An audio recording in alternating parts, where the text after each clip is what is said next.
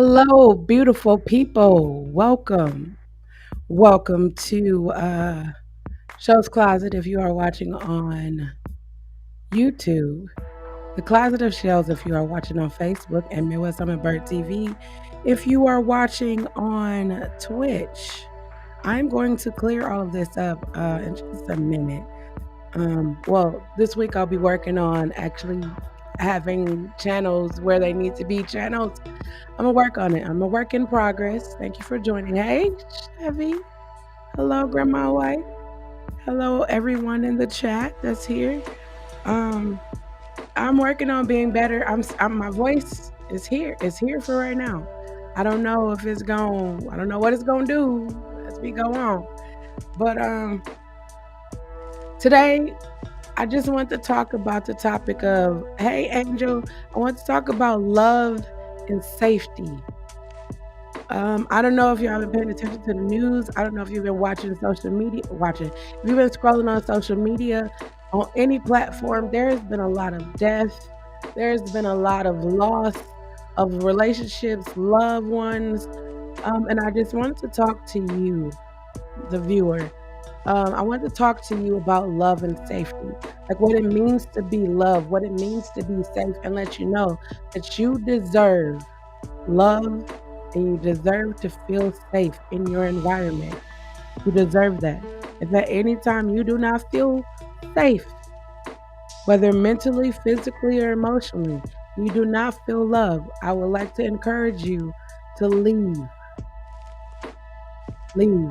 I know I gotta do my last minute things. Let me go ahead and put my Vaseline. If you are a YouTuber, a streamer, or whatever you do, make sure you have Vaseline. Not just because people be out here screenshotting and then, making fun of you, but because you want to look good.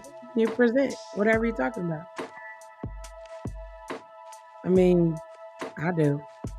I don't want my lips to be ashy. Anyways, I'm gonna go ahead and get my disclaimers out the way, and we're gonna hop right into this conversation. Hold on. I got some tea right here too, cause my voice is acting crazy. Okay, I hope y'all can hear the background music. I'm trying something different. I'm telling you, I'm upgrading. That's all I'm doing. All 2022, upgrading. Anywho, disclaimers. Number one, I do not tolerate disrespect. That's towards me. That's towards anyone in the chat, anyone that appears on the screen, anyone in this whole room or any platform. I don't tolerate it at all. If you feel like you need to be disrespectful, do not come here. I'm going to let you know right now. If you come here and you be disrespectful, there are people in this room that will remove you swiftly on any platform, whatever platform you watch. There are people there that will remove you swiftly. I am not a mental health professional. I do have a bachelor's degree, but it's not in mental health. However, I am just one woman willing to share my personal experiences to let you know two things. One, that you can overcome whatever life brings to you. And number two, I don't forgot number two. Mm, not oh, let me try it again. Number one, that you are not alone. Number two, it could go one or two either way, that you can overcome, go through, make it past anything that you have been through in your entire life. Anything. You are looking at what the church will call a miracle. And we're going to get into that during this conversation tonight. There will be curse words, there will be tears. My opinions are my opinions, your opinions are your opinions. We are here to have a conversation so that we can equal out the understanding between us. This is a safe space. Whatever you say is here, stays here. I mean, of course, it's live on multiple platforms, but whatever you say here, stay here. Also, if you come on the screen or you type in the chat, you are giving me permission to broadcast you on all of the many platforms this is being broadcast on. Well, that was my little disclaimer. Let me see. I'm gonna sip some tea and see if I forgot one. Hold on. I'm super excited because I have a lot more voice than I had early last week, but it's cool because this week I'm not gonna be talking as much because I'm trying to preserve this. I got some things I'm trying to do, and I'm not going to be defeated. But tonight, we are talking about love and safety. Love and safety. And we're not just talking about it from a relationship standpoint.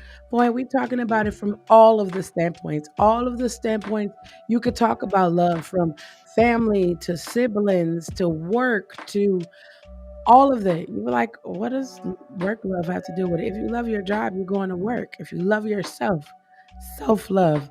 That's the most important love we're going to talk about tonight. And we mainly going to talk about that because if you have love for yourself, you will respect yourself. You will set boundaries. You will not allow anyone to invade your space, regardless of who they are to you or not. Love and safety is what we're talking about. I should have grabbed some tissue. Love and safety is what we're talking about tonight. As I said when I first started, um, we've all been through a global fucking pandemic for 2 years, 1 month and 6 days. Um, and some of us really struggled. I struggled because not only was I going through a fucking pandemic, I was also going through a really bad breakup. And I'm truly grateful to be surrounded by people that love me enough to create a safe space for me. A safe space where I could just cry because I needed to cry. I could cuss and yell because I needed to yell. Or I could just be silent and not say anything. And they just was there to, you know, just be there. Let me know, hey, you are not alone. And when I decided, um, this year makes 5 years I've been back on YouTube. When I decided to come back to YouTube, I made up in my mind that I was going to be the voice. Hmm.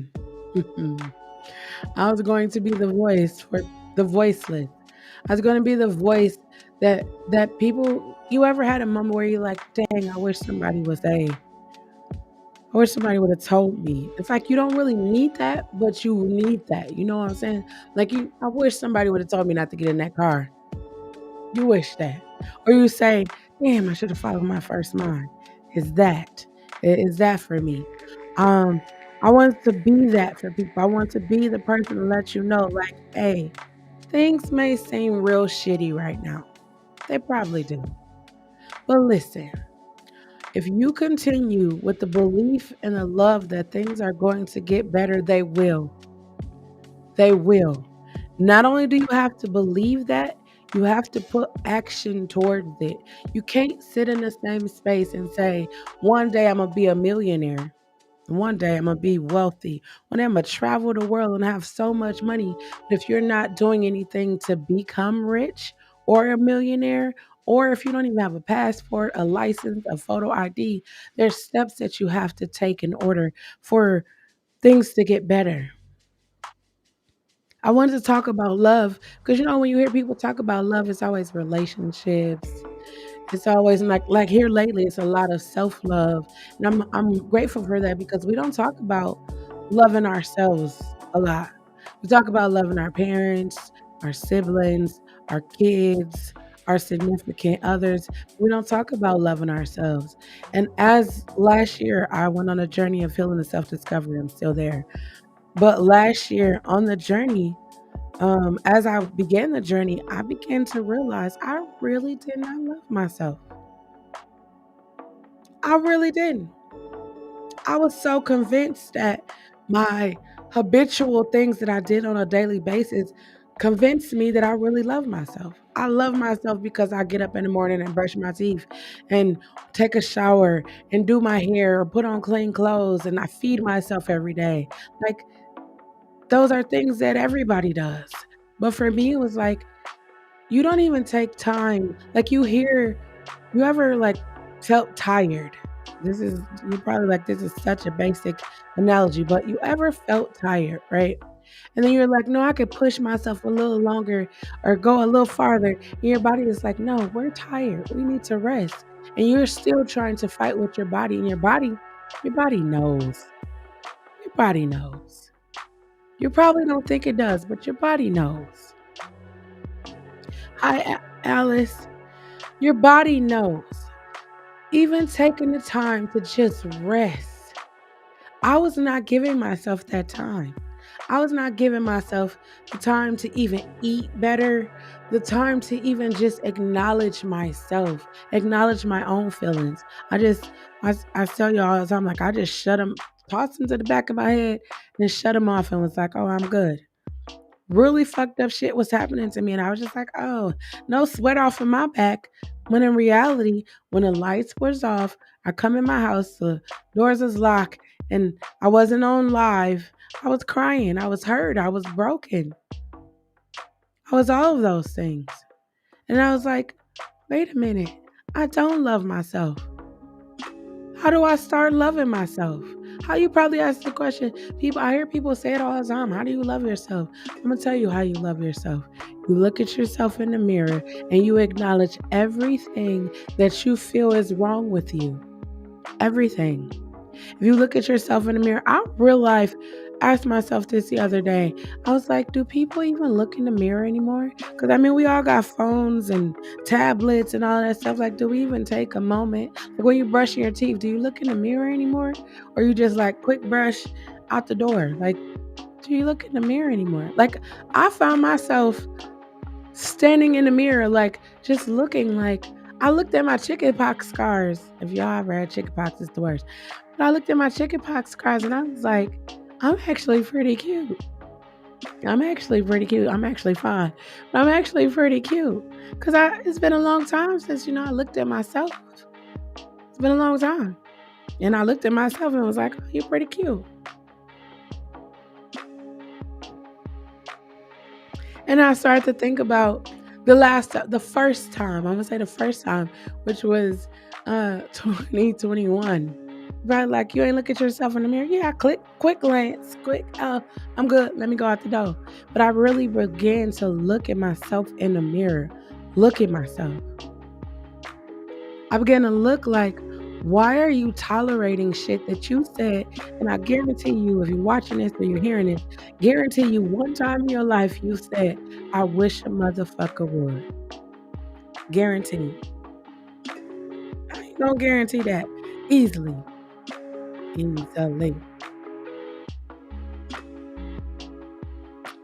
Easily, I can guarantee that. Why? Because we are all human. We all be watching shit, whether you scrolling on social media or you watching it on YouTube or the news or whatever. You be like, man, I wish a motherfucker would do that to me. And then we find ourselves in situations and motherfuckers be doing it all the time. And then we blindly, and I'm gonna say blindly because I don't think we intentionally do it. I don't think we just sitting there like, oh yeah, I'm just gonna let this person treat me like shit and keep going. I don't think we in our forefront of our mind, that's not what we're thinking. We're thinking like, I really love this person and I want them to see that they're hurting me. And sometimes the person we really want to see that they're hurting, they can't even see that they're hurting. They can't even see that what they're doing to us is hurting us. And so now we are locked in the battle of I want you to see, and they can't see. And then it's like, who wins? Nobody wins. Because you're still being hurt. They're still being shitty. And then don't have kids because now the kids are going to get that shitty love.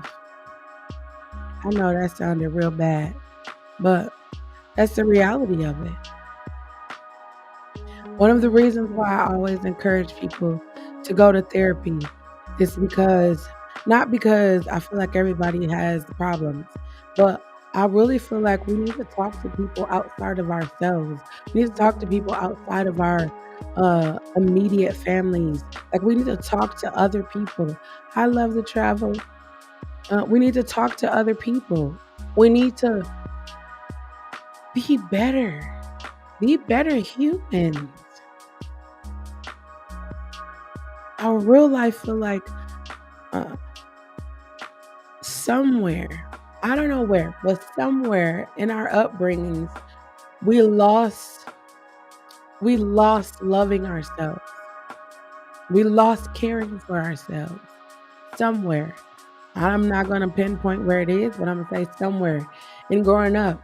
Like I was thinking, like, when you grow up, they're not really teaching you how to love yourself. They teach you to, you know, some people teach you to stand up for yourself. I don't know where you grew up, but my mother said if somebody hits you, hit them back. My mother said if somebody hits you, hit them back. And then as I'm getting older, I'm just like, I was given all the tools and tips and tricks to like love myself and stand up for myself. And somewhere in life, maybe it's the experiences I had, it was just like, that's not practical. And then I got to 40 and I was like, that shit is practical. It's really practical to love yourself. Because I'm going to say this, right? If you don't love yourself, we allow a lot of shit because we don't love ourselves. Like, think about this, right? You ever been in a relationship and y'all sit down and talk about, or maybe you don't talk about, or you go on a date with somebody and you be like, hey, what's your deal breakers for the relationship? And they flat out tell you what it is. I want somebody that could cook it clean. I want somebody that could, keep me entertained. Somebody could communicate with me or whatever. And like I be telling people, right? I don't know if, again, my opinions are my opinions, but I be telling people like, I think people have studied other people so much based on social media that they know how to put up a really good front. Cause you ever date somebody and be like, "Oh, he or she or they or them, they're so cute, they're so kind, they're so sweet, they're so whatever." And then you get in a relationship with that person and they turn out to be a booger wolf. If you don't know what a booger wolf is, they turn out to be real bad. And now you in it like, dang, but I really love this person. And I invested so much time and energy, and it's what I hear from a lot of people my age. I'm 41. A lot of people be like, "I don't wanna start over." Fuck that.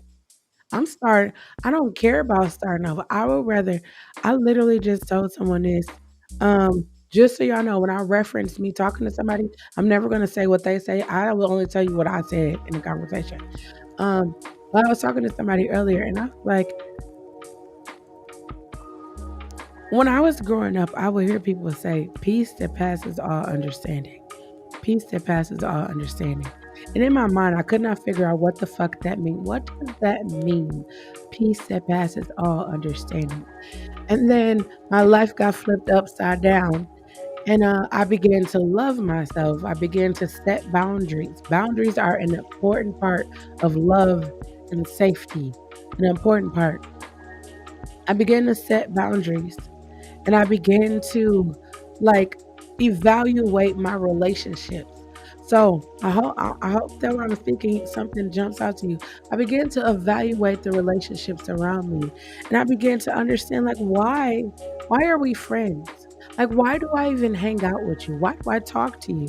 Why do I feel like you deserve to be graced with my presence? Like what do we have in common? When you start to evaluate the relationships and things like that, then you start to like people start to fall off, right? And then you before you know it, like you be like, damn, I ain't talked to so and so in a long time, or I haven't went and hung out with these people in a long time. And then sometimes we don't think like, okay, we're growing, we're outgrowing each other, or we're just in different spaces in our lives. We try to get that relationship back. And now in the place where I am, it's like anything that is not meant for me is not here. And anything that is meant for me will come. I just know that I have to continue to love myself. And so to bring that with the peace that passes all understanding, personally today, after this is the second year of the journey of healing and self discovery. I truly understand what it means when it says the peace that passes all understanding.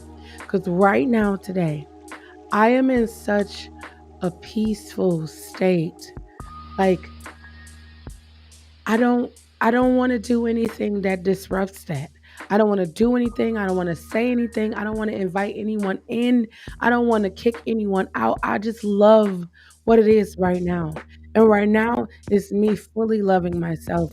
It's me being confident in the abilities that I have been given. I said, um, before I lost my voice, I said this yesterday, I do believe. But I said, you ever like be given an assignment?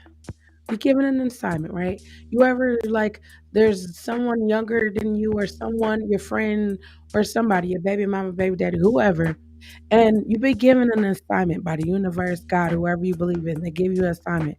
They say, hey, go and tell this person, do not go there or do not say that or whatever, right? And you looking and you're like, yeah, okay, sure, I'll do that. And then you start to think, but what if this person don't believe me? But why would I go tell them? Who am I to tell this person?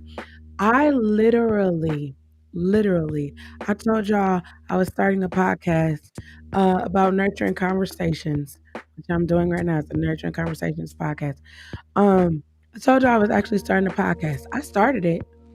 I did start it. I just didn't share it with anybody. I didn't upload it or anything. And then the day I said I was gonna do it, I kind of got a little afraid, a little hesitant, because I was like, why would people listen to me? This is me. This is me. Why would people listen to me? Like, who am I to tell people that they should have nurturing conversations with themselves or the people around them? Who? And I started asking myself all these questions, and I kid you not, it was like something gripped my throat, and I lost my voice. And in the midst of me losing my voice, um, I had a burning desire. I had a burning desire to talk. Hey. You don't got to take my voice from me. I'll say whatever you want me to say. You want me to shout from the mountaintops? People need to love themselves. Hey, you need to love yourself. You want me to tell them, hey, if you don't feel safe mentally, physically, emotionally, get out of that relationship. Hey, can you hear me? If you don't feel safe in the place where you are right now, leave. I'm saying I felt the burning desire. And then in my mind it was like, Chelle, it shouldn't have took you losing your voice before you said something. I'm still a work in progress. I'm still a work in progress. I began to realize, I said yesterday, I can pinpoint everything from my childhood that kind of stagnates me as an adult. Therapy definitely helped me figure it out. Therapy is still continuously helping me figure it out. And every time I meet opposition, like it's like, how can you talk about love and you're divorced? You don't have anybody right now. Because I could talk about the bad parts of love or what people consider the bad parts of love. Divorce, breakups, grief. We don't tell people about grief. We don't tell when you love somebody. Like we know grief was like, oh, like I lost my father. That's grief. Yes, that's grief. But I also lost a marriage. That shit was grief. I lost a part of myself with COVID. Grief. And we don't talk about love and we don't talk about grief. And they kind of go together because when you lose something, you ever lose money? How do you feel when you lose money? You ever lost your car in a parking lot? And then you having this whole conversation with yourself. I know I'm a grown ass person. And I know I didn't just lose my car. And then you doing this, click if you got a key fob, you doing this, hoping you can hear your car. For me, the greatest person, the most wonderfulest person. I don't even know if that's a word, but I'm making up stuff right now.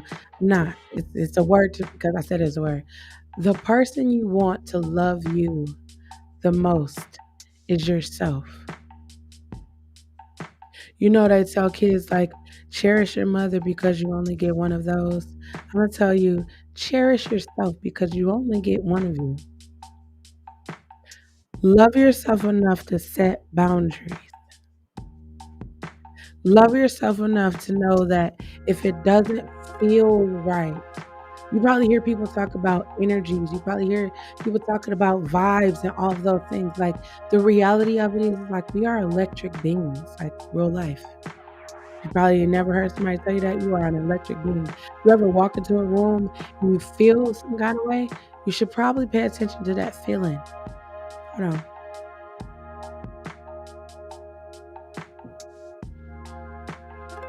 You should probably pay attention to that feeling because it is trying to tell you something. You ever go somewhere and people just gravitate towards you? Like sometimes good people gravitate to us and sometimes the bad ones do too. Oh, they do. They do. Like if you ever um was just in a really loving relationship or you were in a whatever kind of relationship and then you break up and then you ever wonder how easy it is for you to hop into something new? Like I wonder do people just like press pause, okay? I broke up on Monday. And here it is. I broke up on Monday at 9 o'clock. And here it is Monday at 10 o'clock a.m. And I have a whole slew of people in my DMs, all this, ready to start a relationship. In my mind, I think, again, my opinion, I think that people should take the time to be alone. I really think that. I think part of truly loving yourself is spending time alone with yourself. And mainly because when you spend time alone with yourself, you have to deal with you. You have to deal with all of the parts of you, the good, the bad, the ugly, the sweet, the bitter, the angry. You have to deal with all of that. And one thing I would say about a journey of healing and self discovery, or even loving yourself, right? The one person, now you shouldn't lie to anybody. You shouldn't lie to anybody, but the one person that you should not lie to is yourself. Yesterday, I said I had two topics that I was going to talk about. Um, and I really kind of feel like they could go hand in hand, but I separated them. I figured I'd talk about love and safety today, but they kind of still go hand in hand. It's validating your truth, right? I'm gonna talk about this on another Sunday or another nurturing conversation, but validating your truth. If you feel like your childhood was shitty, your childhood was shitty. People could try to paint it to be whatever it wanted to be, but you know how your childhood was. You know the feelings that you felt when you were growing up. Now, your parents, your siblings probably will never validate that because 9 times out of 10, I just said that because that's what people use all the time. I'd say 7 times out of 10, um, we grew up in fucked up situations.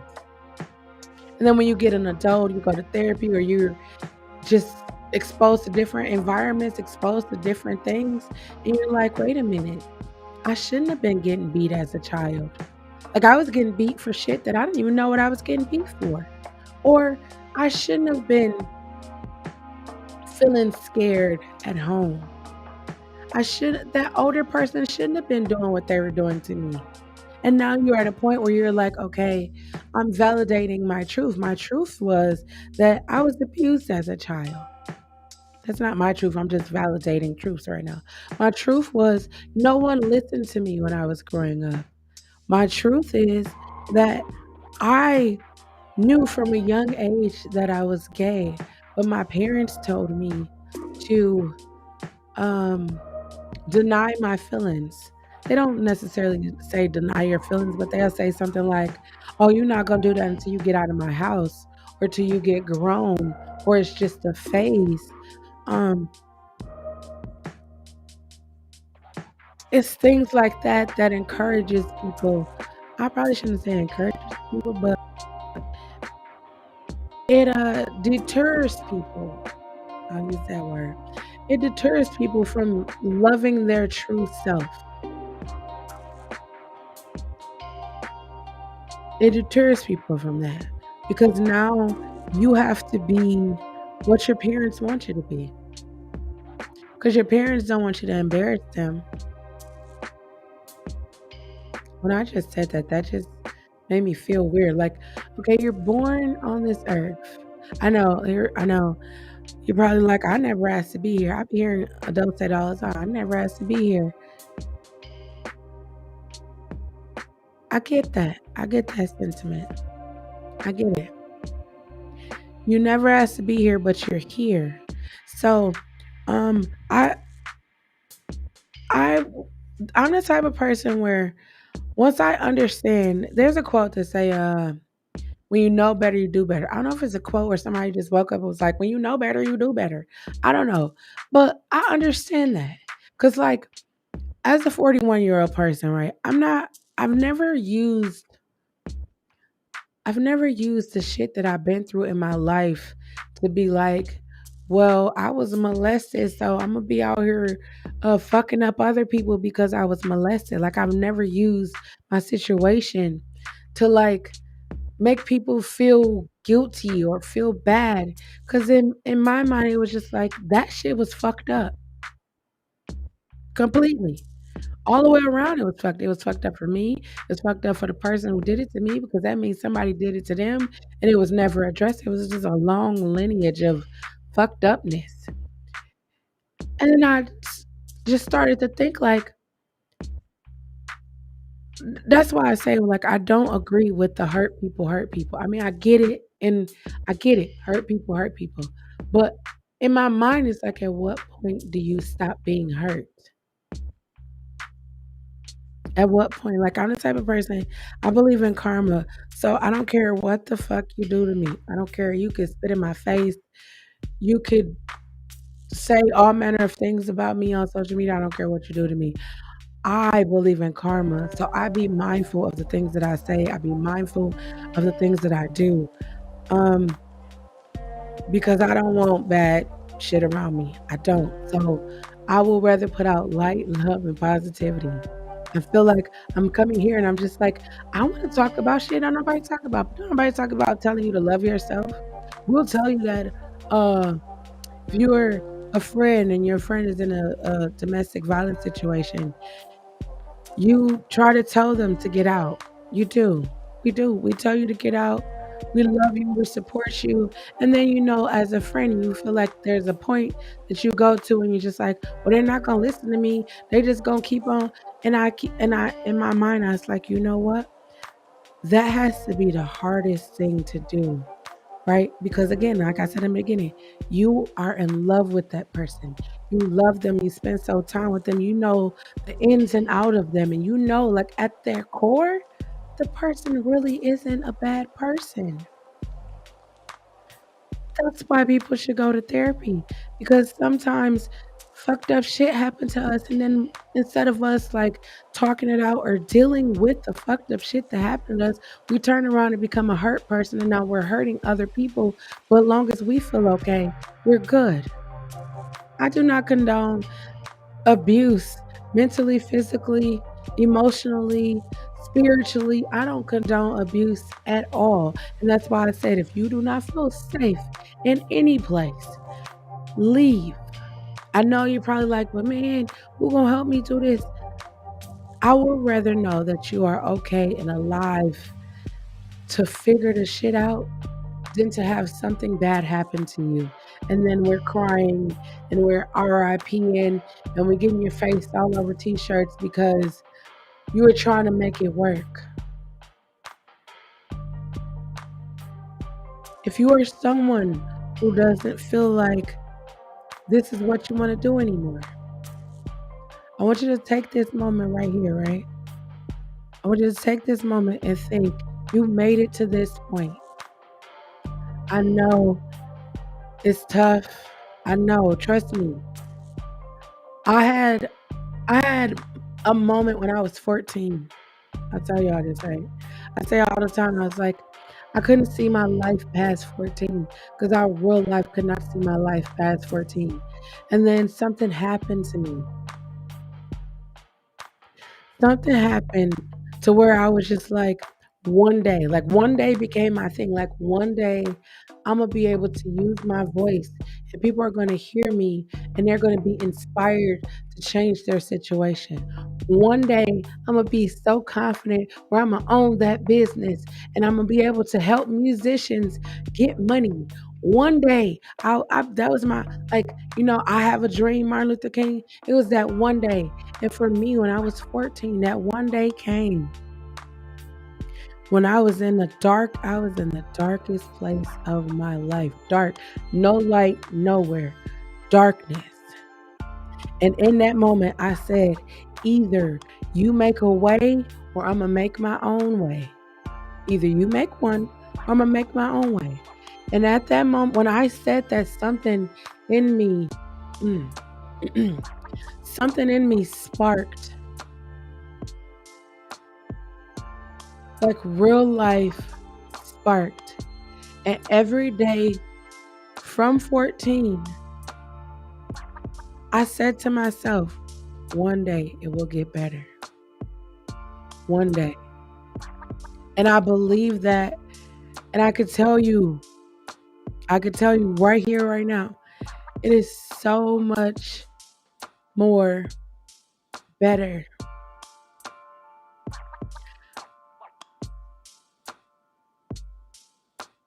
I spent so much time holding on to things that I could have let go, but those things kind of made me. Those things kind of made me, push me to where I was. Like applying for college, I applied for college. Like I'll be transparent with y'all. I applied for college because people told me I couldn't get in. I graduated high school with a 0 point something. I don't even remember what it was, but it was a 0 point. Graduated high school with that. Graduated high school with a 0 point. And I'm not saying that to brag or anything, but I'm saying it like high school was a really, really difficult time for me. I lost my grandmother. No one talked to me about grief. No one talked to me about trauma. Nobody talked to me about anything. It was just like, give it to Jesus and let him work it out. And I went on a downward spiral. Downward. And it's like, you ever like walking down the stairs and then you're slipping and you know you're falling and you call yourself trying to catch yourself, but you still fall?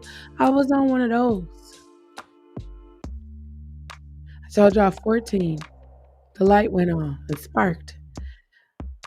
18, um, I had a stroke and a nervous breakdown. And it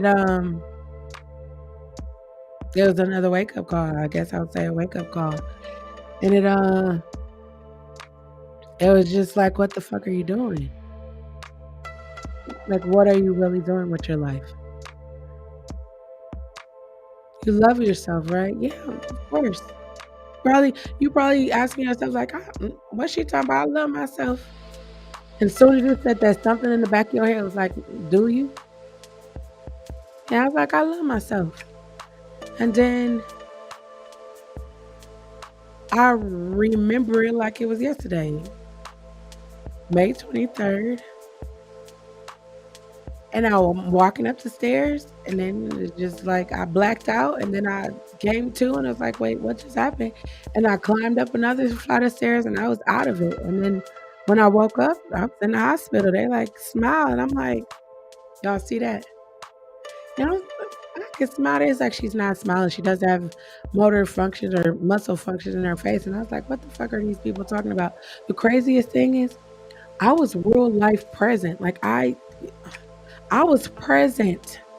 I was real life present while they were there. And in my mind, I'm having a conversation in my mind. I'm moving my lips, right? Like I'm moving my lips right now. And they're looking at me like she's not, her face, she has no facial, she's not moving at all. And I'm sitting here like, what the fuck are they talking about? I'm talking to y'all. Y'all can't fucking hear. I'm yelling.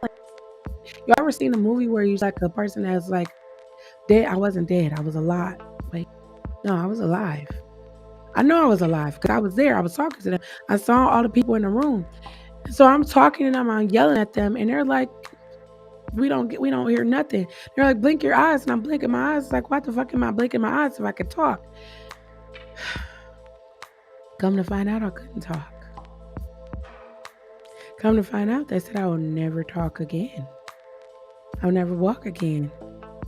And I keep repeating that because at the beginning, like I told you, I'm not a mental health professional. I'm just one woman here to let you know, one, you are not alone. Two, you can overcome it. 18, you'll never walk or talk again. And I was stubborn. I'm kind of saying I'm still a little stubborn, but if somebody told you you're stubborn, hey, don't take that as a bad thing. Sometimes people say shit and we be taking that shit as a bad thing. No, I'm going to tell you, stubbornness saved my life a lot of times. Fast forward, I regained my ability to walk and talk. Now, I don't regain it like 100%. It's like 90. Um, and now I'm questioning myself, like, how the fuck do all this fucked up shit happen to me and I'm still supposed to smile and act like everything is okay and still say one day or like, okay, now I'm having a real conversation with Jesus. Like, I don't know how you talk to Jesus, but when I was like back in the days when I was believing in Jesus, I was like, hey, listen. Sometimes I know they say you're not supposed to question God, but I'm gonna tell you this: that's a fucking lie. You need to start asking questions. You question everybody else in your life. You need to start asking questions because I'm pretty sure He'll respond to you. Maybe you're one of those people that don't believe that Jesus will respond to you. He'll respond to your pastor, but that's a whole nother conversation. You need to start asking questions because then I start to realize things about myself. Right? I told y'all I went to college because people said I couldn't go. So I went to college. Um, I did exceptionally well in college. I graduated from high school with a 0 point whatever. Um, Made it to college. I was a dean like half of the time I was there. Half of it. Actually the largest majority of it. I was on the dean's list. I was killing it. I was killing it. I showed y'all motherfuckers. Y'all said I couldn't do it.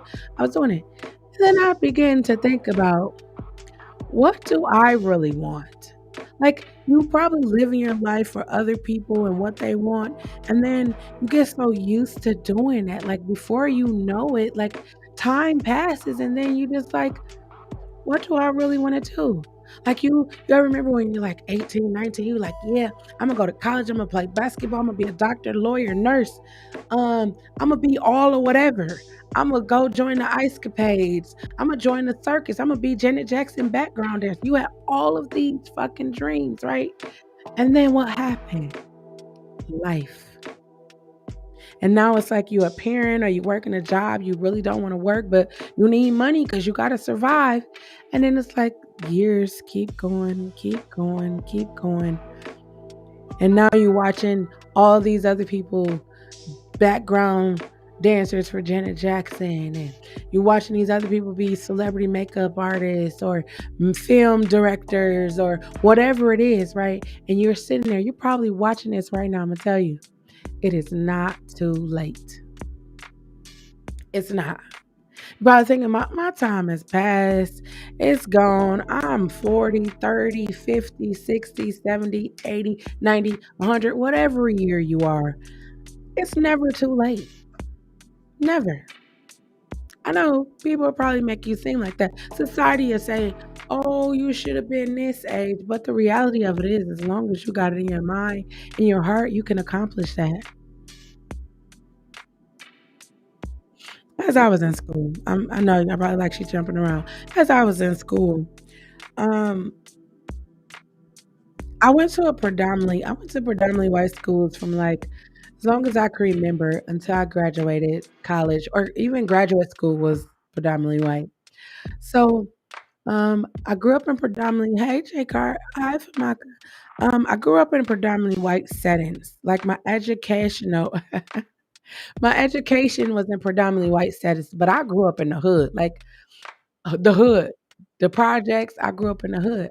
So I like to consider myself balanced because I'm book smart and street smart. And I'm saying all this because sometimes when you grow up in situations like that, you are exposed to shit that you just be like, wait, what the fuck was that? And then because you are exposed to shit that most people aren't exposed to, you have to figure that shit out by yourself. So maybe you grew up in an environment and you were exposed to like drugs and alcohol and molestation and sex and Jesus and Buddha, Allah, whoever, and your experiences with those things weren't like the typical experiences, right? Because when people paint like my upbringing, like you probably watching this, you probably like my upbringing wasn't that shitty. Because I have to put that in front of anything. Anybody that knows me, I say it all the time. She not that ugly. You see how you put that in front of ugly, meaning that she was ugly, or he was ugly, or it was shitty. It just wasn't that shitty. But I'm the type of person where I just feel like this. Again, my opinions are my opinions. I feel like we are taught how to be. Um, Hi, Tamika. We are taught how to be human beings from our families. Like we are taught how we experience other people. We learn from our families. I know a lot of people are probably gonna be like, nah, that's not true. Guarantee you probably watch your mother or father, or your single mother, or your single father, and you probably grew up and was like, I'm not gonna do that shit. When I have kids, I'm not gonna treat my kids like that. Or when I get in a relationship, I'm not gonna do that. And then quietly, secretly, you found yourself doing the exact same thing that you said you wasn't gonna do. Because it's what you know. And then you don't want to challenge what you know because it's like, hey, that worked for my mother, it worked for my grandmother, it worked for my aunties, it worked for my brothers, cousin, it worked for everybody else. So why should I be the one to change it? I'm gonna tell you why. Hold on, let me get a list here.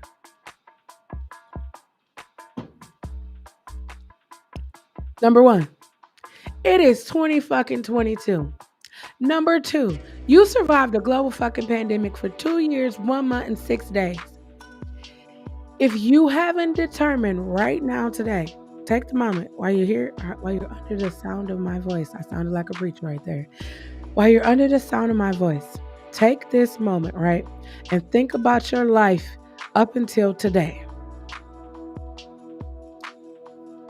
Guaranteed, you can find situations when you were, happy, sad, angry. You experienced grief. You experienced loss.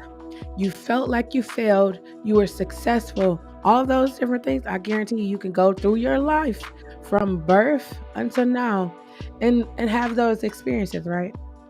Now, bring it up to 2020. You survived, right? You survived a global fucking pandemic. Scariest times of our lives. I know you probably watch, you probably like that shit was nothing. When you was in it, that shit was scary. It was scary. You didn't know if you were gonna eat. You didn't know if you was gonna have a job. You didn't know if you was gonna have a place to stay. You didn't know. You didn't know. You didn't know if you were gonna be able to kiss your mother. You didn't know if you were gonna be able to kiss your kids. You didn't even know if you was gonna be able to see people. We didn't know shit. We was literally flying by the seat of our pants in 2020. 2021 happened and it was like, okay, we got a little handle on it. We're doing a little thing, but now we have to deal with the repercussions from 2020 when we were all in our house and we were all not knowing. We went from being able to be outside anytime we wanted to like, you have to be in the house. Now you got to wear masks, vaccines, all this shit, right? Safety, right? When you think about safety, right? I say everything starts in our home, in our family, in our where we grow up. Safety in my mind is the most important thing. Like if you are a parent, right? I get it, you gotta pay bills. I get it. You gotta go outside of the house to pay bills. I get all of that. But at the smallest thing I wanna say, safety should be at the forefront of your household. I know like when we were growing up, they was like, as for me and my house, we gonna serve the Lord. As for you and your house, love and safety should be the two things that should be predominant in your household. I'll tell you why as I sip my tea.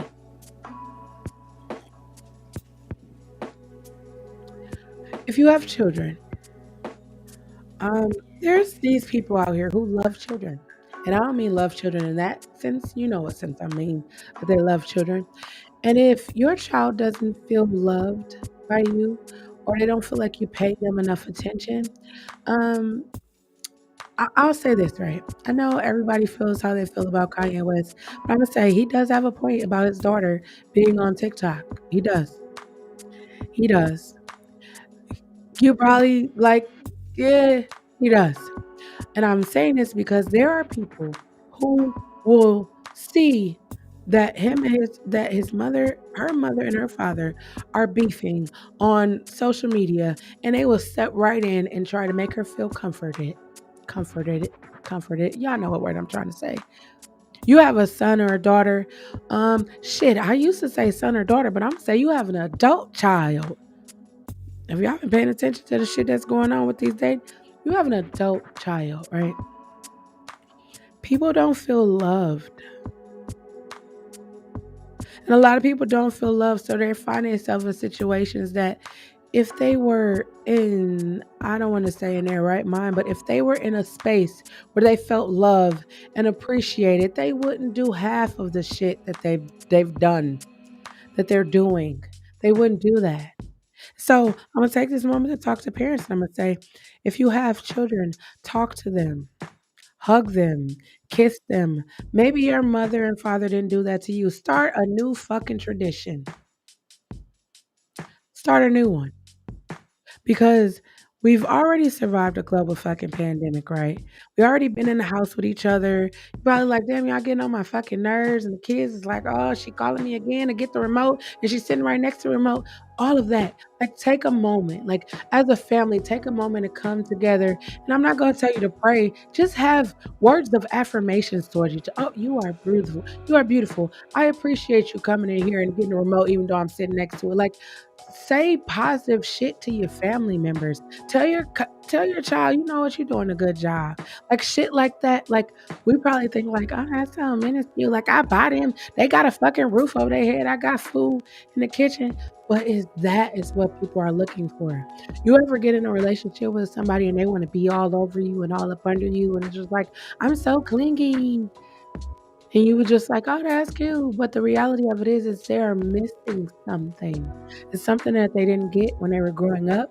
They're trying to find that in you. You ever been in a relationship and you thought like, "Damn, I kind of feel like your mother or your father," and you're not thinking like that, but you're just like, that's what they're looking for.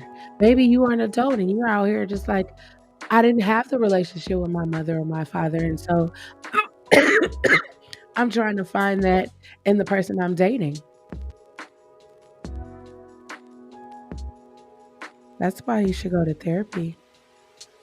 Because some of the shit that we do in our daily lives, like if you ever been drunk at 8 o'clock in the morning, and you probably be like, you probably said this, well, it's 5 o'clock somewhere. The reality of it is there's something that you are trying to run away from.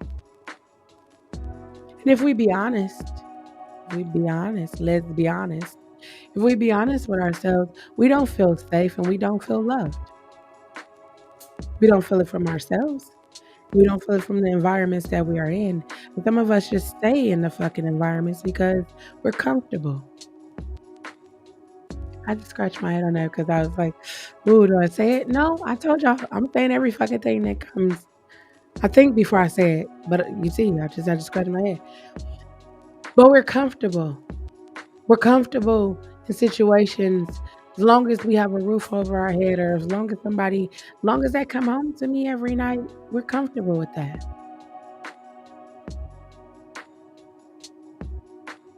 He or she treats you like shit, but you're comfortable because at least you don't have to sleep alone.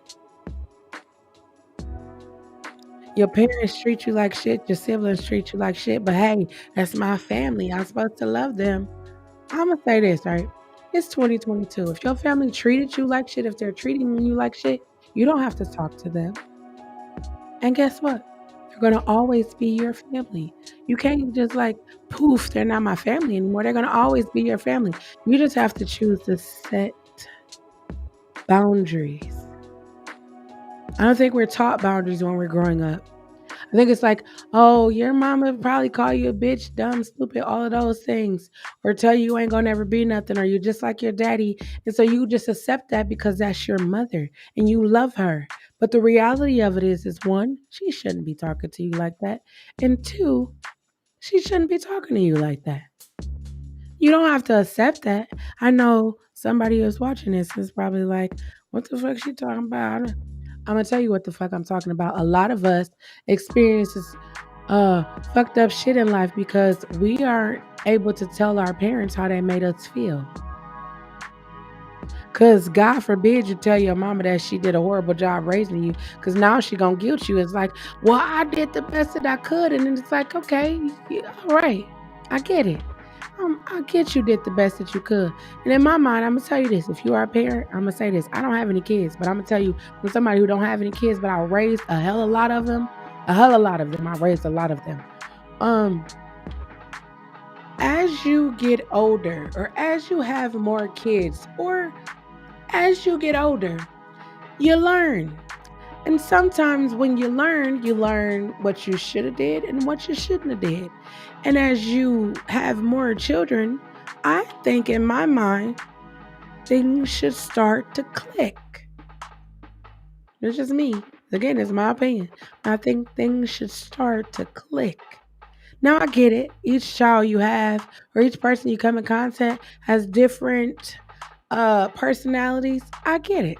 But at the foundation of human beings, we are all human. We all laugh, we all cry, we all want to be loved, we all want to be validated in some way, shape, form, or fashion. That's at the basic level. So if you treat each person you meet in your life at the basic level of, even if you go to church or a temple or wherever you go, even if you do unto others, if you will have them do unto you, you will understand the basic foundation of everything. So if you're a parent and you have a child, and maybe your baby daddy, baby mama ain't shit, maybe they not. Maybe they not. I'm not saying that they not. I'm just saying maybe they not. That's when you be the greatest mother or the greatest father that you can be.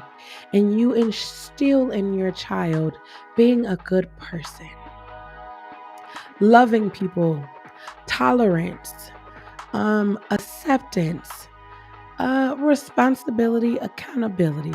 I really feel like somewhere in the, I'm not going to raise my kids like my parents raised me. I'm not going to beat my kids. I'm not going to discipline my kids or whatever. I feel like somewhere we kind of like let them just do whatever the fuck they want to do. Like when I was growing up, you didn't disrespect old people. And I know you probably like, but old people be disrespectful. Right. At the same time, you didn't disrespect old people. You never, old people, women, and children was just off limits. Right. But I'm pretty sure if you've been watching the news or scrolling up on YouTube or Facebook or any social media, you've been seeing who's been getting touched the most. And I mean like whose lives we've been losing the most, kids, women. It's been a lot of that. I mean, there's been a lot of men, like, but not that's sad. That's sad. That's really sad to say.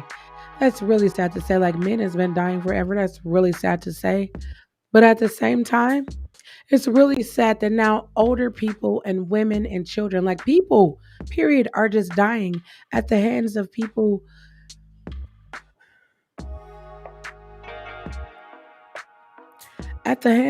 who find that the last resort, the only thing that they can resort to is unaliving themselves, and you included.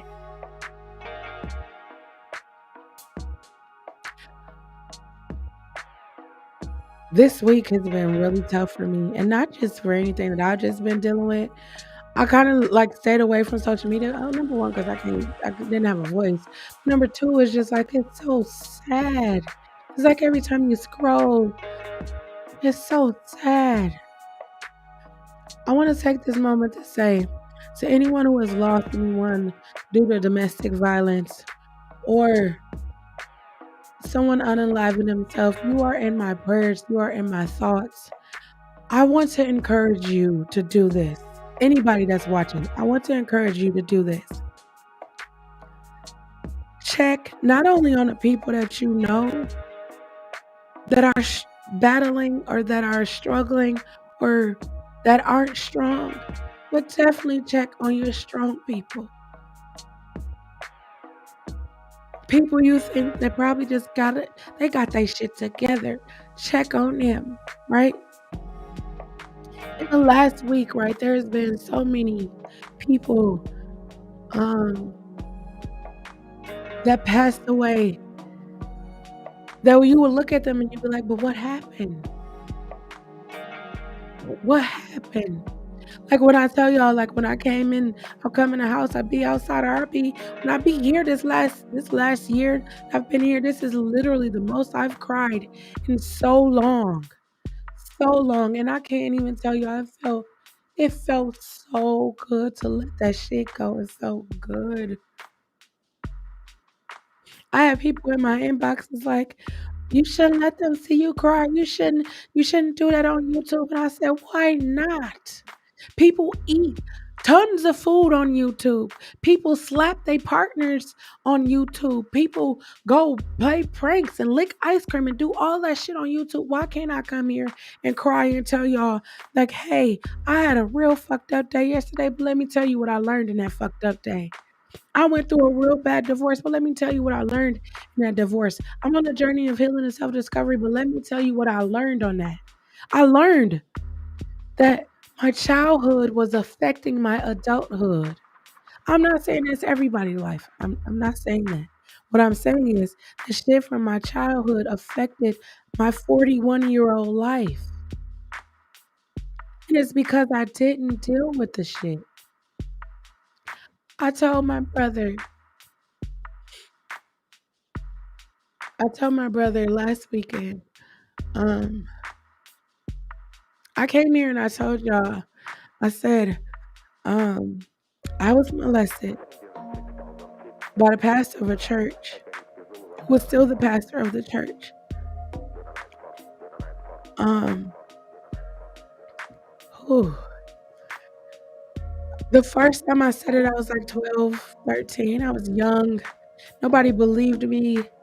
And so in my mind, I was like, fuck that. I'm never going to say it again. I'm just going to live with the shit that happened. And I lived with the shit that happened. And then, last year happened. And for the first time since I was 12, I said I was molested by the pastor of the church. And it came past my lips.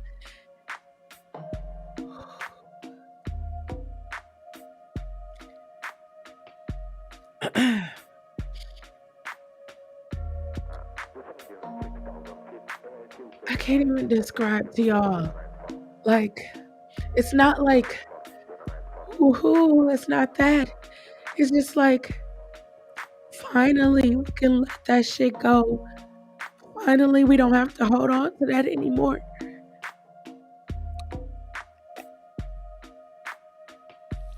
And it took me some time to process how holding on to that affected me.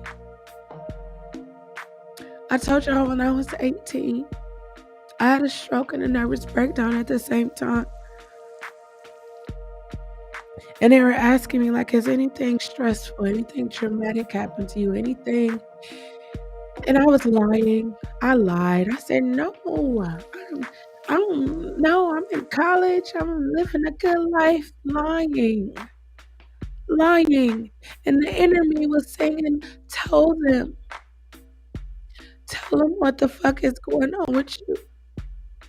But in my mind, I'm like, no, I don't want anybody to get in trouble. No, I don't want anybody to get hurt. All the while I was hurting myself. I was causing harm to myself, thinking about other people, adults. I was thinking about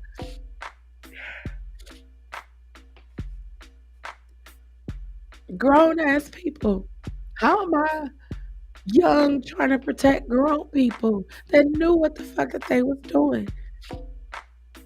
So when I said that, and all last year I processed it.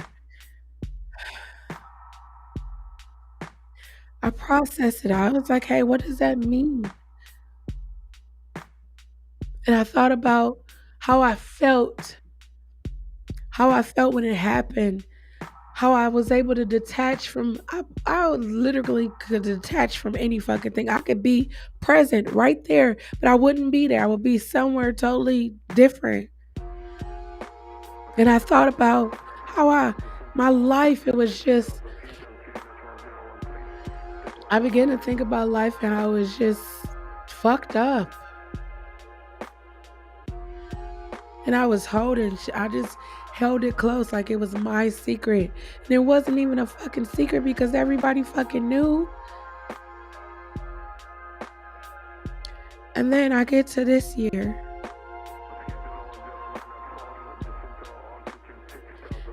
And the person died.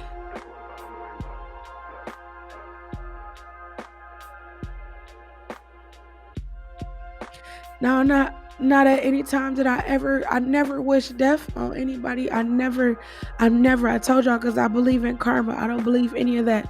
I just removed myself from the situation. I removed myself. I no longer felt safe and I found the courage to leave and I left. Never to look back, ever.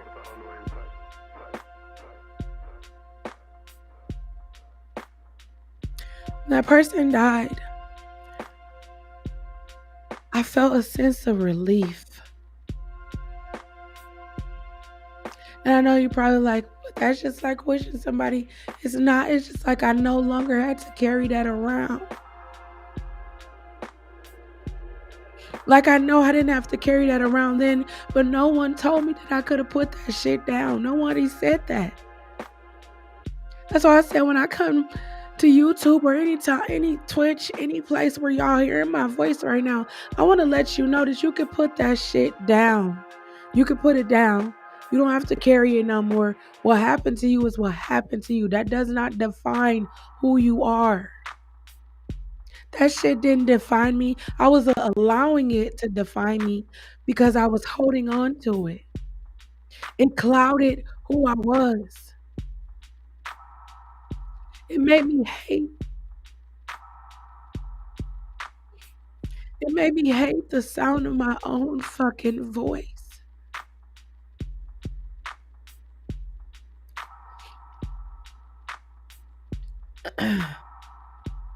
It truly made me hate the sound of my own fucking voice. That's why when I say things from my childhood affected me, I knew. I told y'all when I was 14, I said one day I knew the power that was in my voice. I'm gonna tell y'all how I knew about the power that was in my voice, right? Told y'all when I was 18, I lost my ability to walk and talk. I couldn't say a fucking word. I really had to learn how to hold a spoon, how to do ABCs. That's why I have a mad respect for kids that are learning. I understand. I get it. Babies that are learning how to walk. I understand all of that, right? I went to art therapy. If you gonna figure out why I keep saying therapy, I went to art therapy. My art therapist's name was Deirdre Clark. I went to her. I could not speak. Words would not come out of my mouth. Like I can hear them in my head, but they would not come out of my mouth. It was like every time I went to move my mouth, nothing. It was nothing. Miss Clark taught me the functions and the connectivity, the electricity. She taught me about vibes and energy. She taught me all this shit, right? One day I was at home and she said, think about your safe space, safety. Think about your safe space. And I thought about my safe space for as long as I can remember. Music, the studio has always been a safe space for me. So I was there and I'm sitting on the toilet. I know it's probably TMI, but listen, it's a good story. I was sitting on the toilet and I began to sing.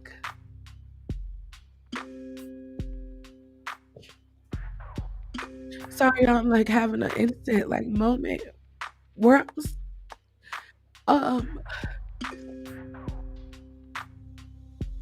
I began to sing and I began to say, I feel like going on.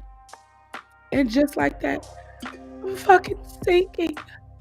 And I got scared because I've been trying to talk all this time and nothing would fucking come out. So I got scared. I was like, no, that was just a fluke. Let me try it again. And I said, I feel like going on.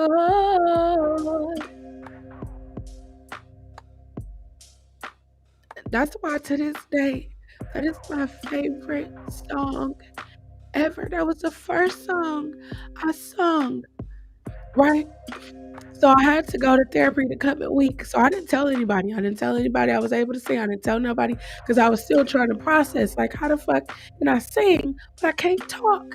And so I go to art therapy and I'm writing. Actually, I'm ambidextrous. That's what they call it.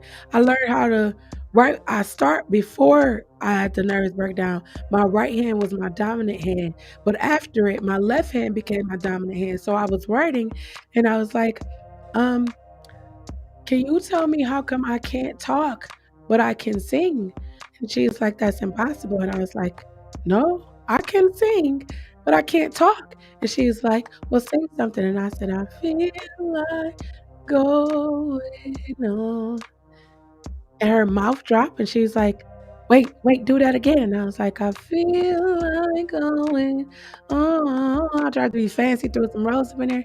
She's like, "Oh my God." She's like, she said she read about it in medical journals or whatever. She's like, "But I never seen it happen." And I'm just sitting here like, "Wait, what's going on? Help me understand how I can't talk." Like nothing would come out when I tried to talk, but I was able to sing. And she was like, "You unlocked a part." So if you ever seen the movie Lucy, right? Is where she unlocked it different parts of her brain. She said, "You unlocked something in your brain." And I was like, "How is that possible?" And then she started to tell me like we only use a small percentage of our brains and all of that stuff. Overwhelming. But all of that stuff. And I was just like, mm, strange. Eventually I learned how to talk again. And then I like writing songs. I'm a songwriter. When I was younger, my vision for my life was like, I'm gonna be a songwriter. I'm gonna write songs for Dolly Parton, Whitney Houston. I'm gonna write songs for Tony Braxton. I was gonna write songs for people, right? This is my I still working. This is still my objective. But it's where I was at. And then the universe gave me an assignment and I wrote a song. And it was like, no one's gonna sing this song but you. And I was like, I'm not singing no fucking song. I'm a songwriter. I'm not a singer. And then I found myself in a dark place. I told you you're not alone. It's dark places. It'd be dark places. You could be riding high, then you could be low. I was in a dark place, and it was after I had suffered. I had a series of like mild strokes. I'm gonna tell you why. This is love and safety. I had a series of mild strokes, and I had setbacks where I couldn't walk and talk, and I was like, it started to get defeated. Like you make so many steps forward, and then you get kicked back, and it's just like, come on, man, I'm trying my hardest here. I'm trying my fucking hardest here. I should have gave up when I was 14, but I was still fucking trying my hardest here. But every time I took a step forward, I saw something that I didn't see when I was up there before. So if you're listening, keep stepping. You're gonna get kicked back. That's what happened. Life kicks you back. But you're gonna see something differently. I kept stepping, right? I wrote a song. It's called Fade Away. You could stream it. It's on all platforms. And I wrote a song called Fade Away because I was just like, I have so many skills, gifts, talents, creativity, all of that shit. And I was just sitting there allowing guilt and obligation and fear and all manner of shit. Like, who's gonna listen to me? I was molested, or who's gonna listen to me? I don't have a father. Who's gonna listen to me? I mean, I barely graduated high school. Who's gonna listen? All of those shits. Like you probably right now going through all these fucking things in your head, right? But I'm gonna break it down to this, right? The day you entered this earth, you were assigned, you were given a task, and only you can complete that task.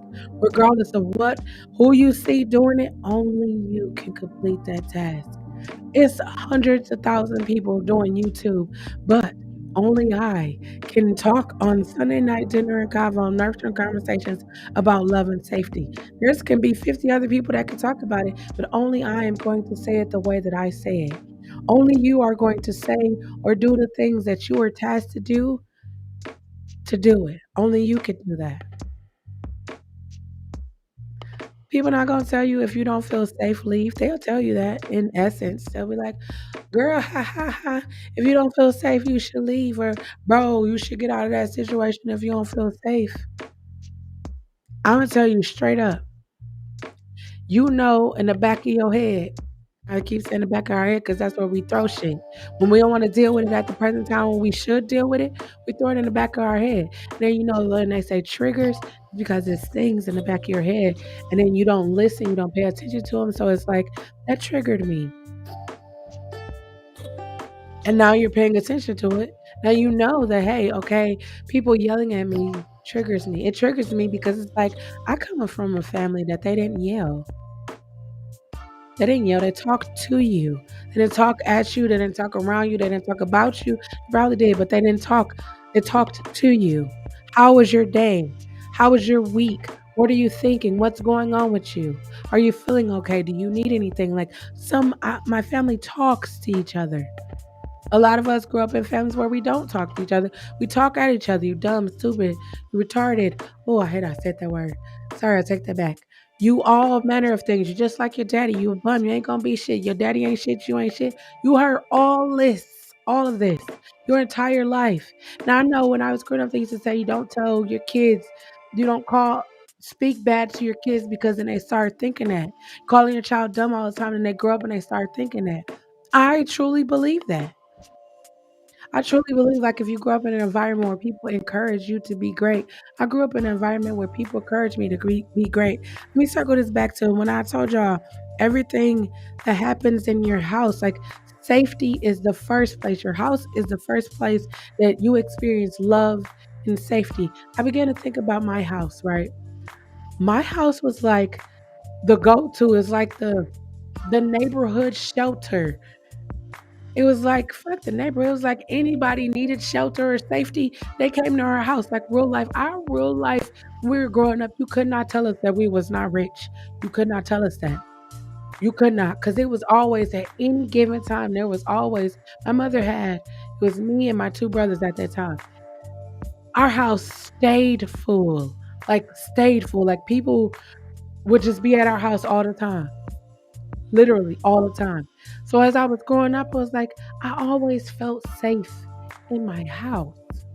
Always. I always felt safe going to my auntie's house, my uncle's house, my grandmother's house. I always felt safe, but I never felt safe going to church. Never.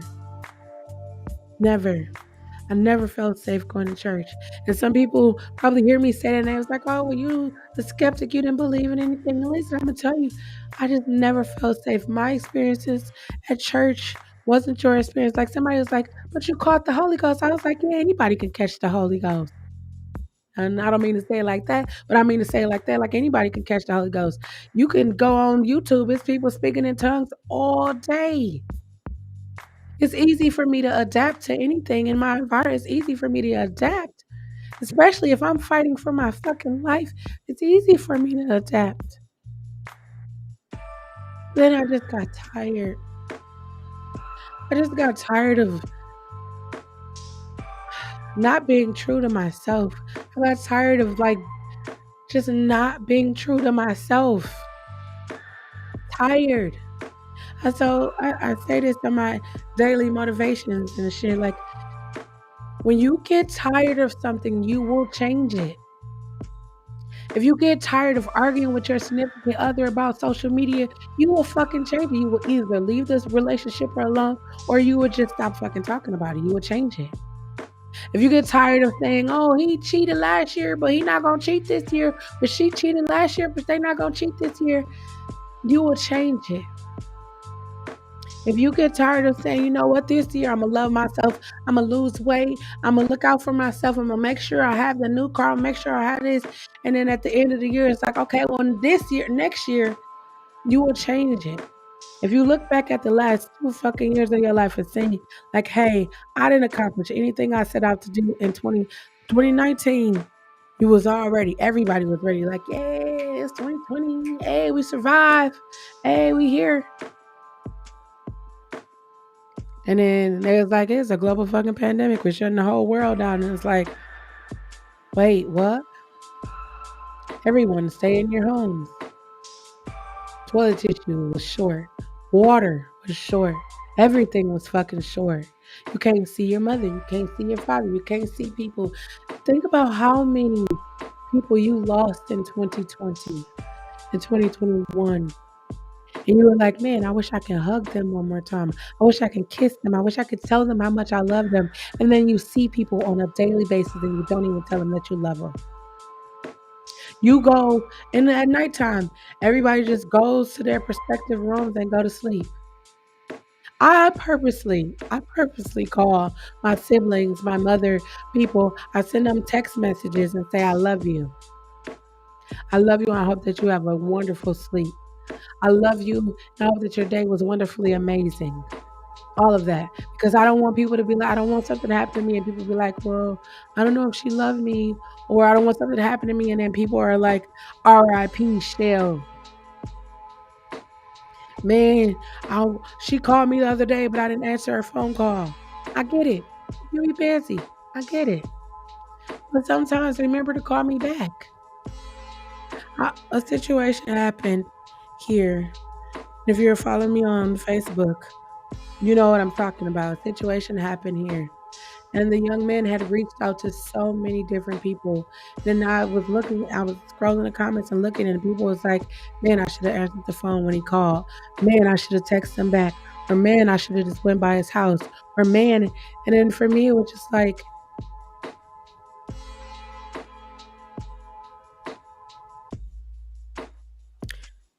we say, why don't people reach out? We say, why don't people say something? You're probably in the house with your child or your girlfriend or your baby mama, baby daddy, wife, cousin, whoever. You're probably in the house with people and you notice something. You notice that they are not their normal, happy, go lucky self. You notice that they are staying in a room more. You notice that they are talking. Um, their talk is not as positive as it once was. You're noticing things, right? I want to encourage you in 2022 to act on that. If you notice that your child is not being their once bubbly self, check on them and ask them, make sure that they're okay. Hey, come here, have breakfast with me today. Or, hey, you want to watch a movie? And in the movie, just you interject questions. You with your significant other, Valentine's Day about to come up. Y'all probably fussing and fighting all week. And Valentine's Day is like, hey, here goes some flowers. Don't just give flowers, like have a real life conversation. Don't just do it because it's Valentine's Day. Do it because you really love them. Make your home a safe space. I think about it like if since the pandemic, you've been paying attention, like people are getting in relationships. People with children are getting in relationships with people, and they're getting so wrapped up in the relationships that they forget their kids. Don't do that in 2022. Think about your kids. That relationship can fucking wait. I know you probably like you single and you ain't got no kids. And you saying I'm gonna tell you whether I had kids or not, whether I was still married or whatever. I will still tell you your kids should be the most important things to you ever. And I'm saying that as somebody who don't have kids, who if I had some, you would definitely see that they would be the most important thing. I would be spending so much time with them. If y'all see my nieces and nephews, hey, I hope that y'all watching and you bring them over. My nieces and nephews, I be in here painting. We be writing on my whiteboards. I be spending time with them. You know why? Because I get it. I understand parents have to work jobs. I get it. I totally get it. But somebody got to spend time with the kids. Somebody got to spend time, encourage their creativity, get them Legos, let them draw. Like I have a whole whiteboard that covers my entire wall, but somehow Cameron still finds a way to write on my wall. And I don't trip because I got, erasable markers, but it's just like, how? It's a big old whiteboard. But he he knows how to draw now. It's so cute. He knows how to draw now. He will come and get my phone. It's like, I need to take a picture. He's 3. You need to take a picture. It's those moments like that. Like I remember, I don't know if it's like y'all. I am so sorry, Joy.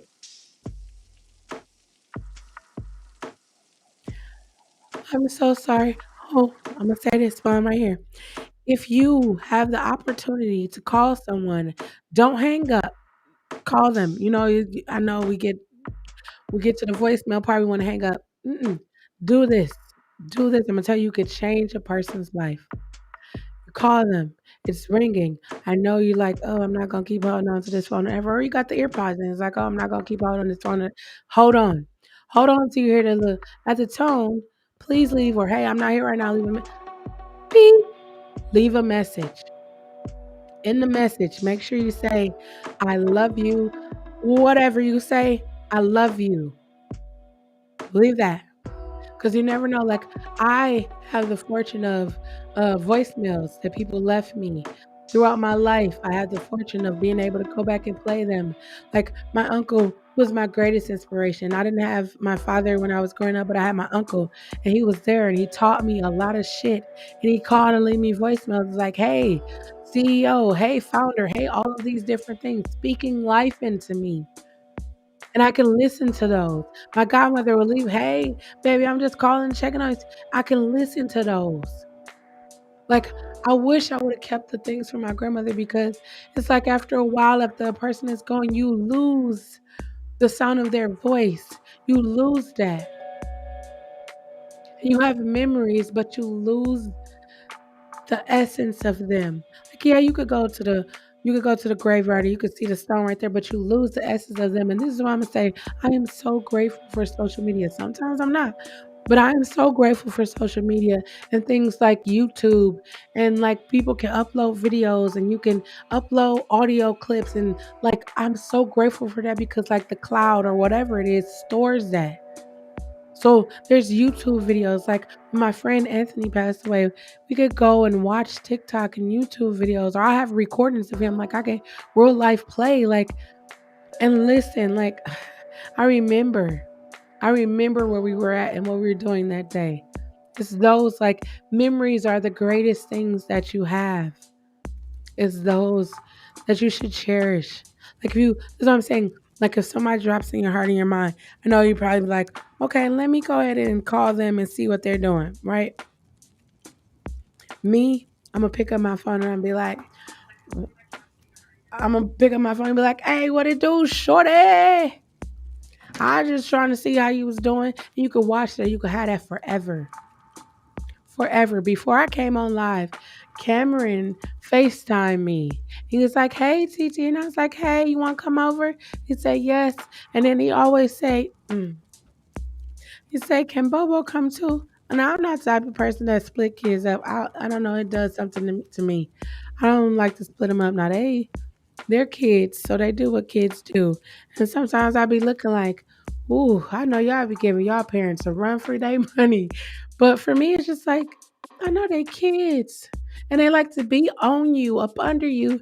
And for me, it's just like, oh, that's cute. Because I know one day when you get older, you ain't going to be trying to hang out with your TT. You're going to be kicking it out there. You call me, be like, hey, TT, I'm just trying to see what you're doing. Like Jamela. Jamela calls me like literally every day or every other day or all the time a day. She just calls to say, hey, TT, I'm just calling to see how he's doing. And then she'll play the Fortnite game while I'm just on there talking to her.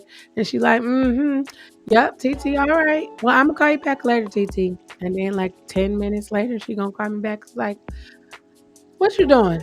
Same thing you was doing when you was just playing Fortnite while you was talking to me. It's those moments for me. It's like, I don't know. COVID fucking changed me. The pandemic changed me. I just care more. I was already caring before, but I care a lot more now. Like I care a lot more about coming here and just saying, like, listen, if you don't feel safe mentally, physically, emotionally, leave.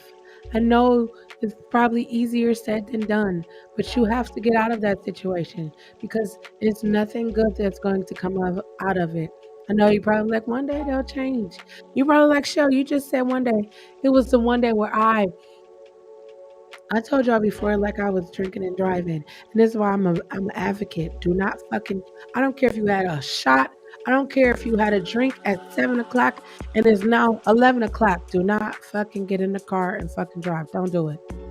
I literally removed myself from any temptations that there was when it came to alcohol.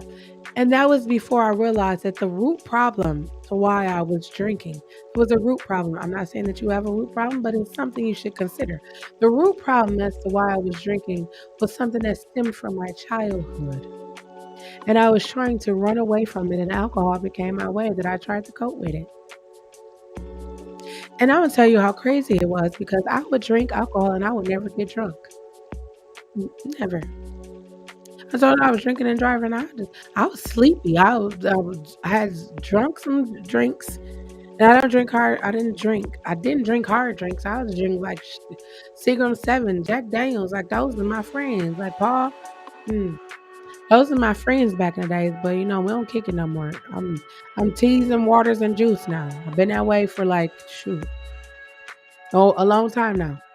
But I started to think. Like, I would drink so much like a regular person.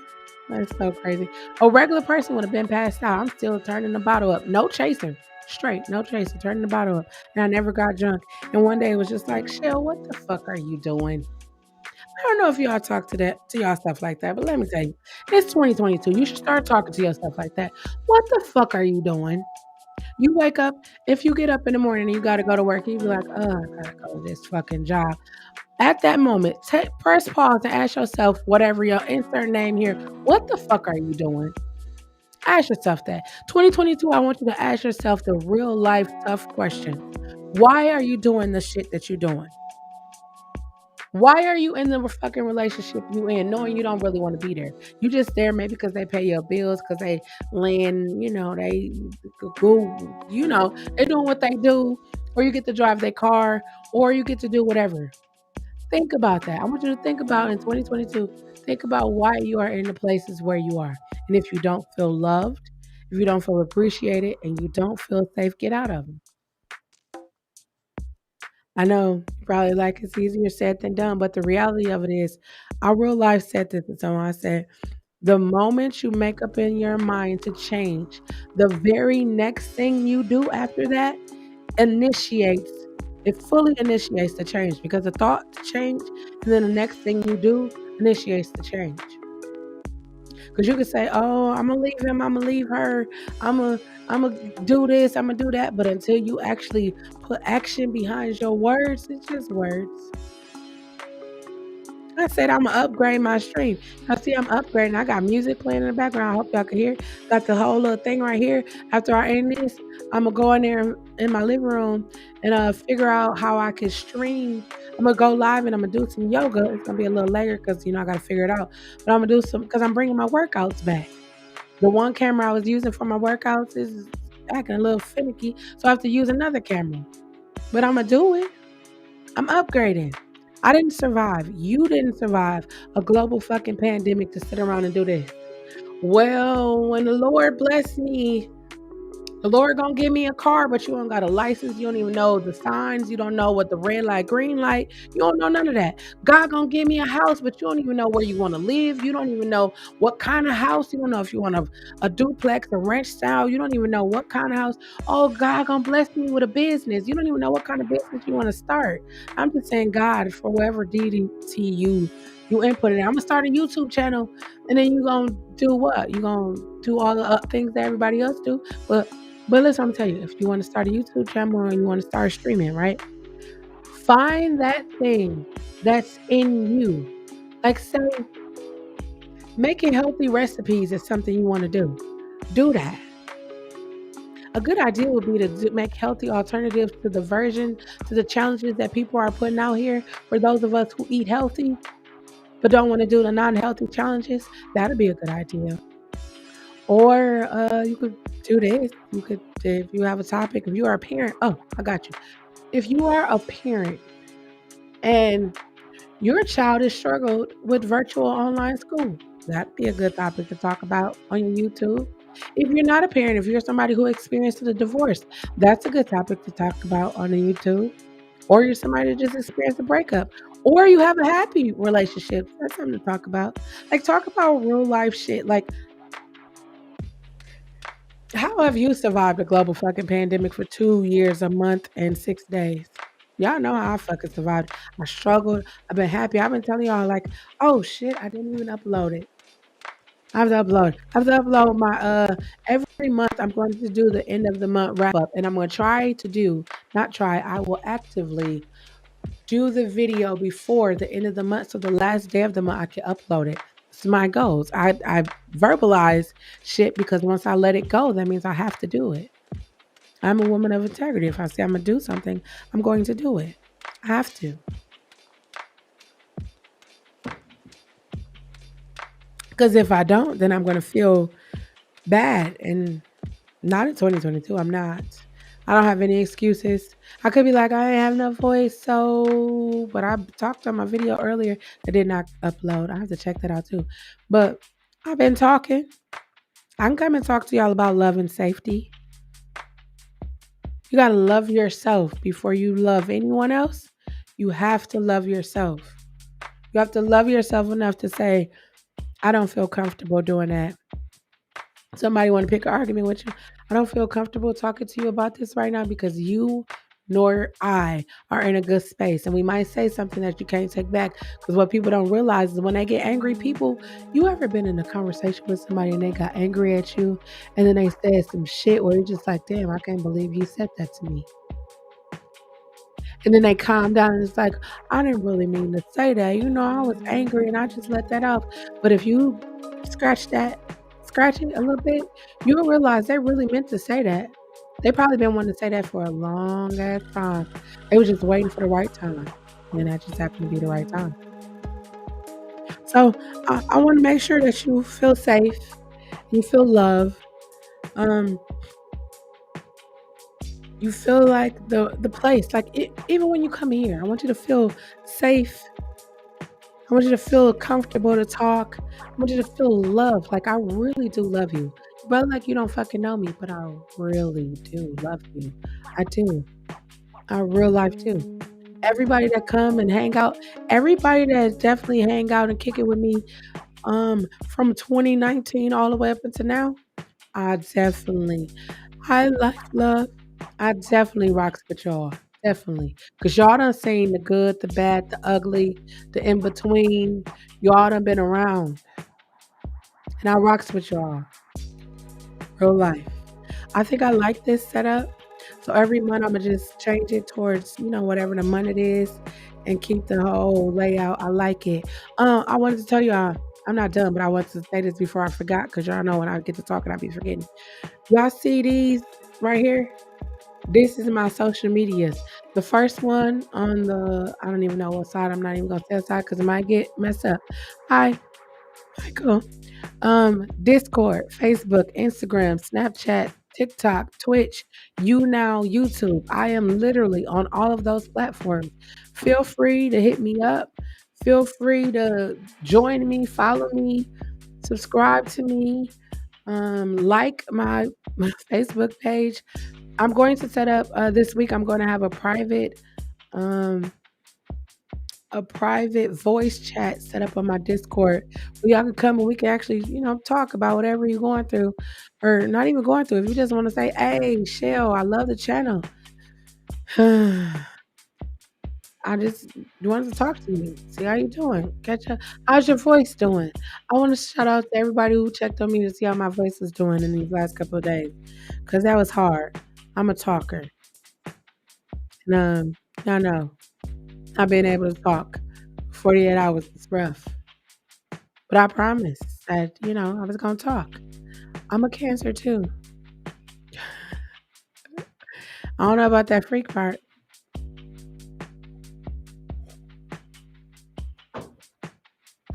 Why my name for my followers is the Closet Freaks. I don't even know. But it's because it's a closet. And yeah, stuff happens in the closet. Anywho, but I just want y'all to feel love There's no way you survive the global fucking pandemic and you don't feel love. You don't feel appreciated. You don't feel validated. You don't feel love. Love for yourself. Unconditional love. We all make fucking mistakes. I showed y'all that year I made a bunch of mistakes. I told y'all I made a mistake and I was like, but here's how I'm fixing my mistakes. I'm not one to just be like, oh, this is shitty and I'm gonna just stay in the shit. No, because I like to be clean. Okay, it's a no for me. It's a no. It's a no. I keep checking one of my things is dirty nails. I dirty nails, especially if I know that you don't landscaping mechanic or anything where your nails should be dirty. You have dirty nails. Oh, dirty nails. That's something that was ingrained in me when I was younger. When my uncles was like, "Hey, if you go to holler at somebody and their nails is dirty, don't talk to them." And I was like, "What?" They was like, "Yeah, they don't take baths or they don't." He's like, "It some with the exceptions of mechanics and uh, I was about to say lawnmower people, landscaping people, or people that work with dirt." He's like, "Other than that, they know shouldn't be dirty. If they out here in the streets, they know shouldn't be dirty." Ooh, uh, I'm grateful.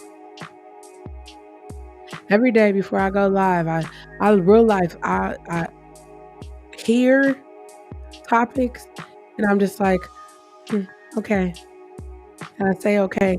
And then to get time for me to press the go live button, I just be like, get the butterflies in your stomach. And it's like, am I really going to talk about this? And then I go live and I'm just like, fuck it. I'm out here now.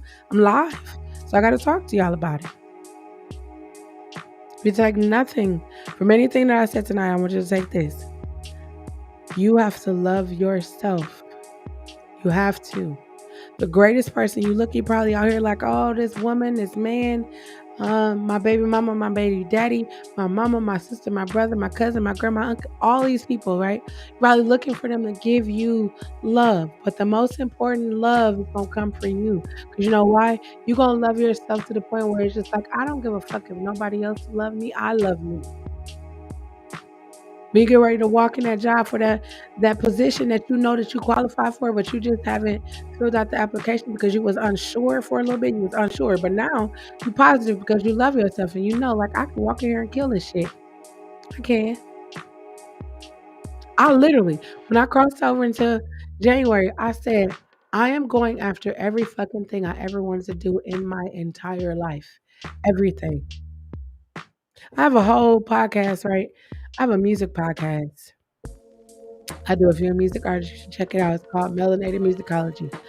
Um, if you're on any one of my platforms, I'm sure you can click on a little Spotify button,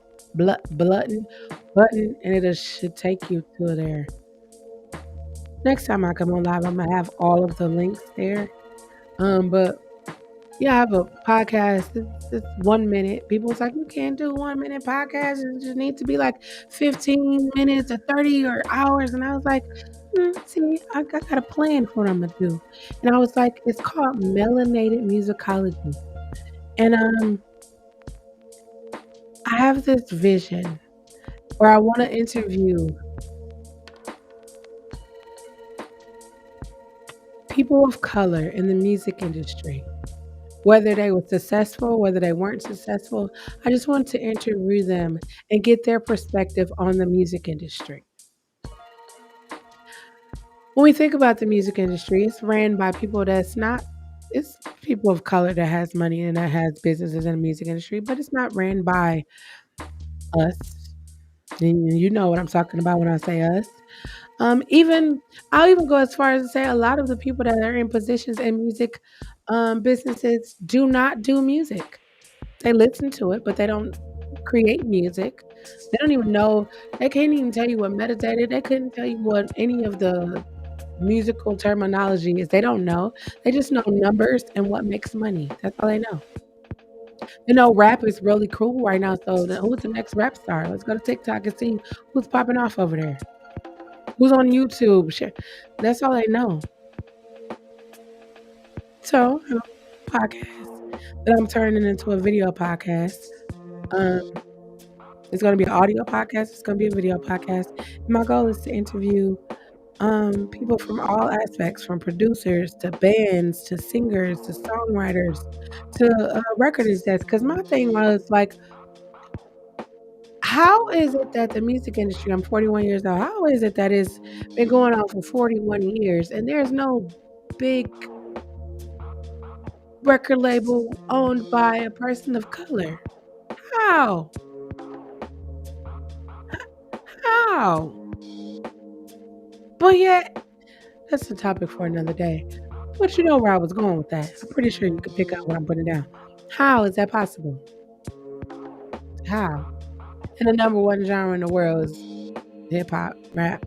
I mean, anyways, that's a whole another thing. But I want to be able to walk in those spaces confidently. And when I say when I walk, January 1st, 2022, I walked in spaces. Before I would be like timid, I would be, I told you in the beginning, I went to predominantly white schools, but grew up in the hood. So I had to combine my skills and talents. And when I walk in the room, it was like, hey, I'm not here for you. I'm here to let you know that I'm here. And you sitting over there wondering how I got here. You're gonna figure out in just a minute when I go up here and do my presentation, you're gonna figure it out. Then you're gonna be like, wait a minute, why didn't we think of that? And then you're gonna try to think about it and you're gonna go try to hire somebody and they're not gonna get it. They're not gonna get it because they're coming from a standpoint of money. I love money. I'm gonna say I love money. I don't love money like that. Like I get it. I gotta pay my bills. I get it like that. But I love making sure people that are doing music are getting money for long terms. Like I love that. Like this is my favorite analogy I use all the time.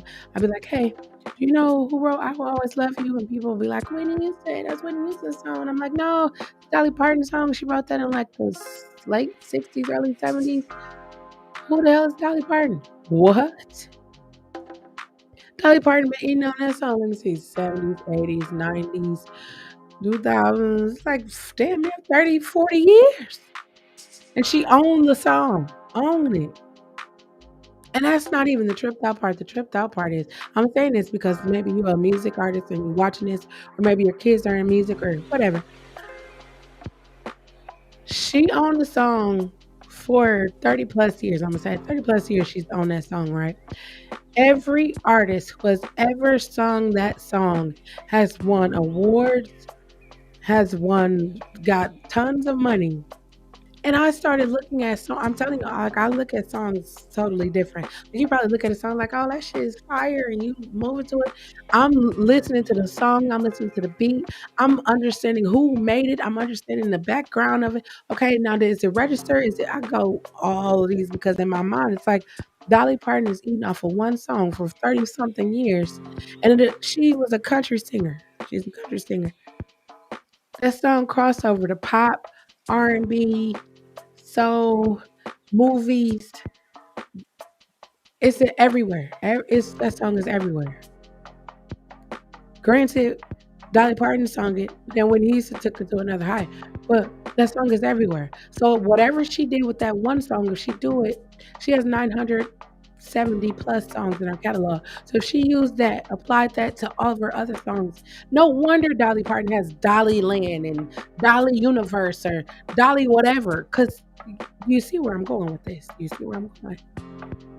But if nobody tell you that you are entitled to that, like when I said, nobody told me that I could put that shit down. Nobody told me I didn't have to carry around molestation. Nobody told me that. Nobody told me the repercussions that will come as a result of that. Nobody told me that. I want to be the person that tell you, hey, you just ended a relationship. Take 3 to 6 months. I say take a year, but take 3 to 6 months and find yourself. You're probably like, I already know who I am. Find yourself. Because I guarantee you some part of you got wrapped up into that other person. You probably that wasn't your main goal. It wasn't your goal. But some part of you got wrapped up into that person. Some part of you was just like, I'm gonna make this work. Fuck it. This last relationship I was in to make it work. And this is the second relationship and I've been in 3 years. So let's just make it work. No, that's something. You have to like rid yourself of childhood traumas. You have to rid yourself of the last relationship. That's why I say people's like, are you gonna date again? I was like, yeah, eventually. Of course, one day. It won't be on those social sites. I'm gonna tell you that. It's not gonna be on YouTube, Facebook. It ain't gonna be on none of that. It's gonna be somebody I know in person, meet somewhere. It's gonna be that. But eventually, I just need time to heal myself, heal the broken parts, because I don't want to get in another relationship and be like, "Oh, what a last person I was with," or "Damn, you don't do it like Shorty." No, I don't want to do that. I like to when I enter things in a clear space, a clear mind, a clear heart. When I enter business ventures, I'm mindful of like the shit that can go wrong. I'm mindful of that, but I don't walk into something like, oh, let me look at the red flags, because if you look at the red flags, you're not gonna do shit. Like if you look at your life, like you sitting right here, we wake up in the morning. If you wake up on the wrong side of the bed, right?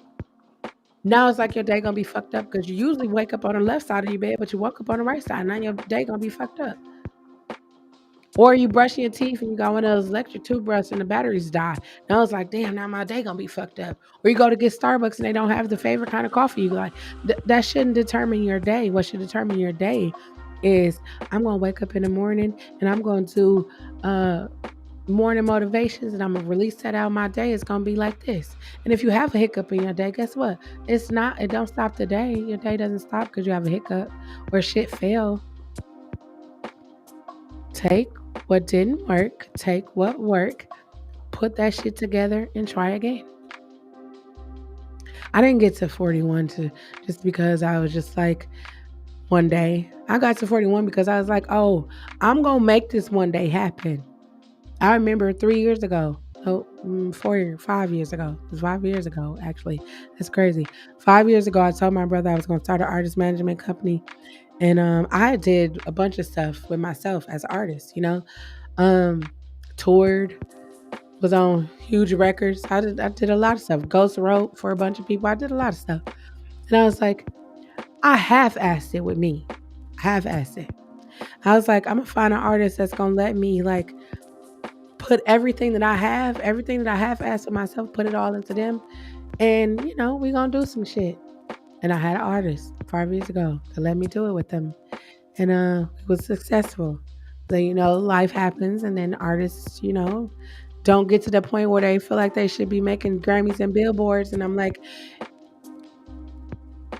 because most people, this is what most artists think. They think I'm gonna go to sleep, I'm gonna wake up, I'm gonna go record a fire record and I'm gonna put it on the internet and everybody is going to love it. Say, hey, get on YouTube or TikTok or Twitch or something and start talking to the people that you want to buy your music or follow you. And it's like, nah, I don't like cameras. I don't like cameras. I don't want to be. I want my private life to be. And in my mind, it's like that's kind of you want to be a celebrity, but you don't want them to be in your business. You do know that they be following celebrities around all the time. You do know that they be hacking into people. You do know that, right? Like y'all do know that, right? Like you do know that once you start a YouTube, I mean, like people gonna be going to find you on all your other social medias, and they're gonna be like trying to get to know you personally. Like you do know that, right? I knew that. I knew when I was like, I'm gonna heal publicly. I knew that I was gonna get some backlash. I knew people was not gonna feel it. I knew that because you don't heal, but you don't show people failure. You don't show people hurt. You don't show people. You don't be vulnerable in front of people because people can use that against you. Guess what? You can use whatever I say against me, but it ain't gonna work because I already processed that. Oh, you was molested when you grew up. So, and you see what happens after that? There's nothing. So, and you talked about it on YouTube. I sure did. I sure did. Just in case anybody else that was out there is dealing every day, waking up every day, like, damn, I don't want to do this, but I don't know nothing better. Cause it's people out here who real life is like, I don't want to do this, but I don't know nothing better. I don't want to be out here sleeping with a bunch of people, but I don't even know the first thing to do. Be alone. Nah, I ain't with being alone, cause man, I'm Mike Tyson said something. I watch Mike Tyson. I be watching Mike Tyson hot box, soft white underbelly. Um, I forget. I said I was gonna find the name of it, but it's another show where it bring exes, people that dated together, and ask them questions. I be watching all these different things because for me, I like to deal with the real world. I like to deal with real life situations. I like to know like how did you suffer a really bad breakup? How did you come back from that? Like I get it, okay, you gonna go travel, you gonna get your hair and makeup done, get your body done, get your teeth done, you gonna do all of those things. But what was it like when the doors was locked, the lights was off, and these cameras was like what was your life like then? Was you crying? Was you wish somebody understood you? Like I wanna know, like that's what I wanna know. So I was like, if I wanna know it, I'm gonna put that out there because somebody wanna know. I'm not saying you wanna know what it was like to be. But I'm saying you probably wanna know. Like, you probably sitting in a situation right now thinking like, "Damn, this shit is hard. I don't even know how Imma make it." And Imma tell you how you gonna make it. You gonna put one foot in front of the other. You gonna let go of all the shit you've carried before 2022. You gonna let it go. How do you let it go? Go to therapy, write a journal, write it on a piece of paper, set that shit ablaze. You gonna get it out of you. You have to get it out of you. Like most people, be having a lot of sex because they be trying to get shit off of them. You're gonna get it out of you.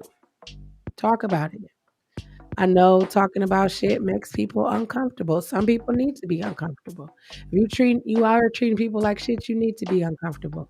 Maybe that triggers something in you to be like, damn, I'm a hurt person. Let me go over here and sit down so I can heal before I be out here.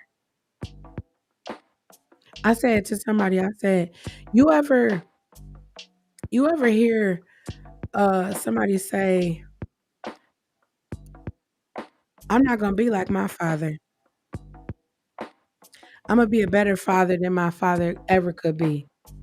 And then you watch them, and then it's like, hey, hey, hey, hey.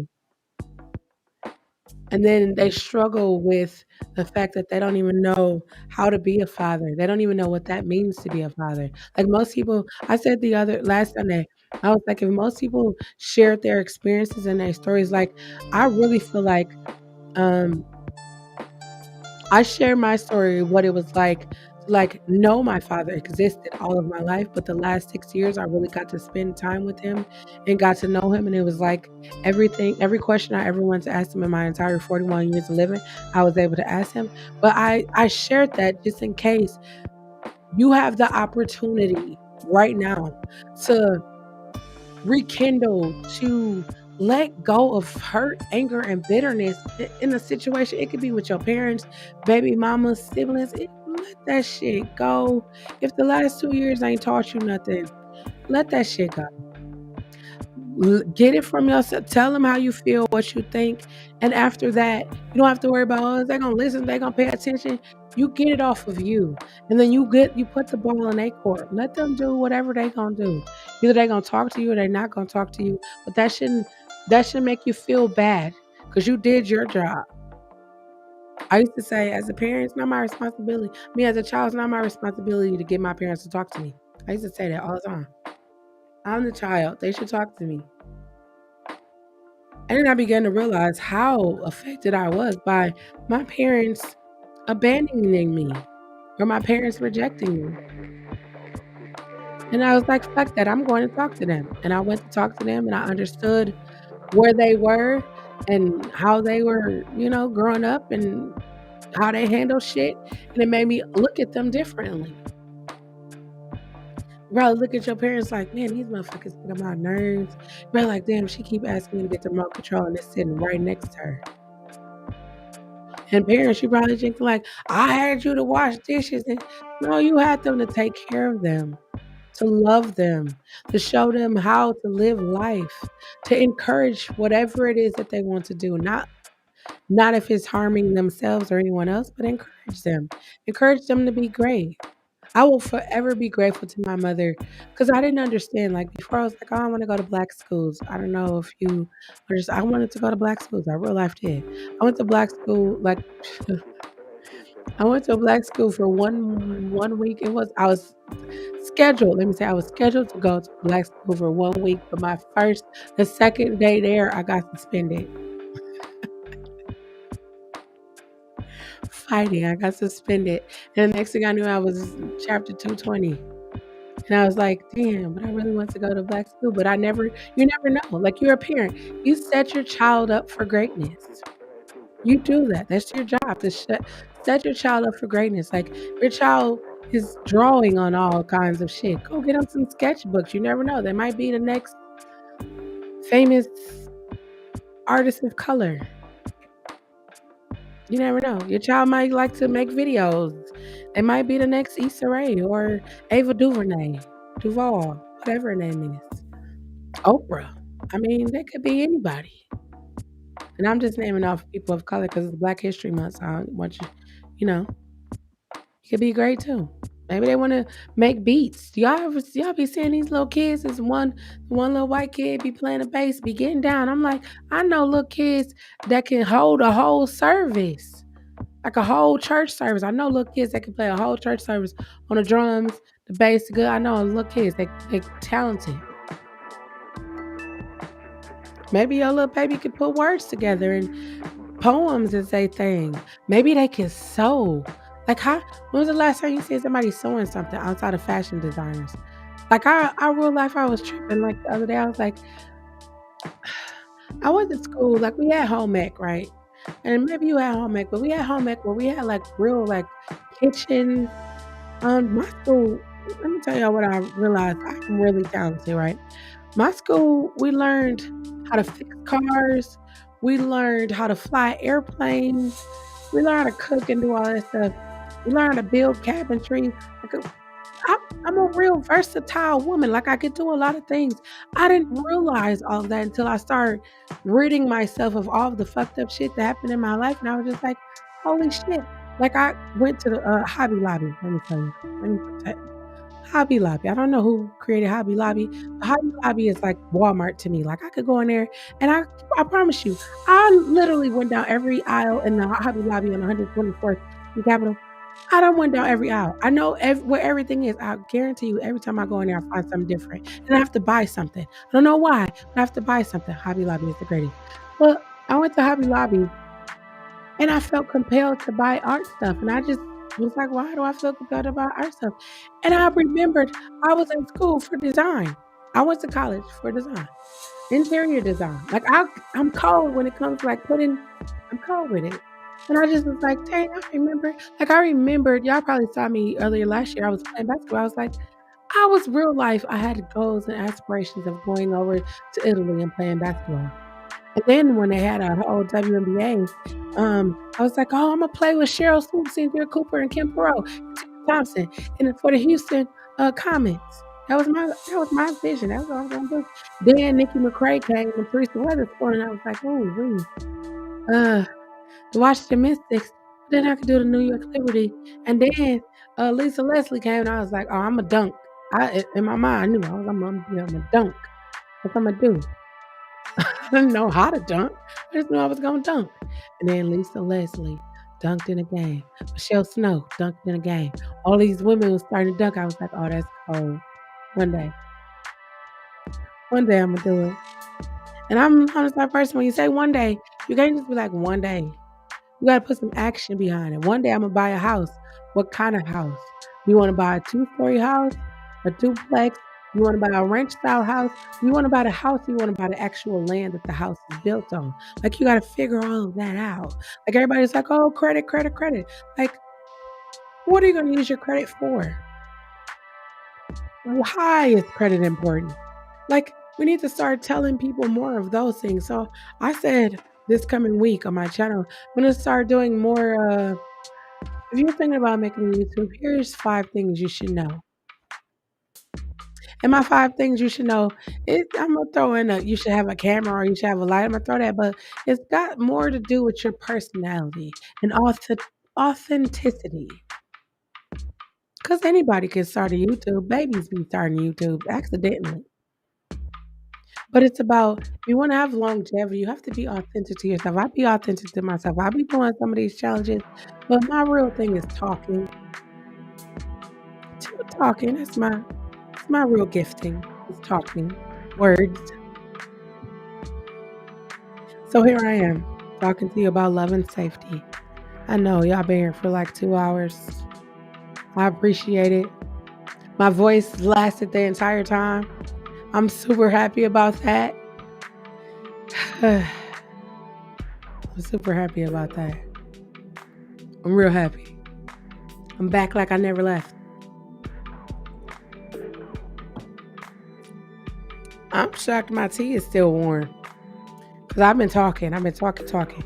But listen, again, if you do not feel safe, physically, emotionally, mentally, leave. Create a safe space for yourself. I'm not going to tell you to create a safe space in that environment because that environment is not safe. If you are a parent and you have children in an environment that is not safe, do what's best for your kids and get them out of there. Because I don't know if parents don't think about this. You'd be like, oh, they just young, they don't know. But kids store shit. They store shit. You ever remember like your parents cussing each other out, or you ever remember like a memory from when you was a child and somebody probably said like, no, you can't remember that because you was a kid. No, you remembered that. You remembered what happened. And then you never know how that affected you as you got older. We don't know. That's all I got. Love yourself. Love yourself enough to say no. Love yourself enough to fight for yourself. We fight for everybody. We fight for our mom, our brother, sister, cousin, nieces, nephews, kids, baby daddy, baby mama, girlfriend, boyfriend, wife, fiance. We fight for everybody, but we don't fight for ourselves. If you don't like something, if you don't want to do something, speak up. Use your words. Oh, since we're here, it is important for you to use your words. That is the only way that anyone will ever know what you are thinking, or what you are feeling and what you are thinking. I know people be like, they should know. You're right. People probably should know, but they don't. Don't assume because you make an ass out of you and me. Don't assume. Tell people. Somebody hurt your feelings. Tell them. Maybe they don't know that they hurt your feelings. Maybe because you was laughing, you was nervous laughter. You didn't know that they hurt your. They didn't know that they hurt your feelings. So they calling, hey girl, you want to come here? Hey bro, you want to play the game? You want to hop on live? They don't know they hurt your feelings. And you act like this motherfucker don't even act like this didn't happen. Maybe they don't know. If you truly love anyone, you will tell them how you feel. And you will allow them space to tell you how they feel. And you will receive that however it comes. You wouldn't belittle them. Like if your child comes to you and say, hey, this is going on with me right now. You wouldn't just like, what the fuck you mean this is going on with you? Why did you? I know that's our first reaction, but like remain calm. You want them to tell you everything. I know if I was a parent, I'd be wanting my kids to talk to me.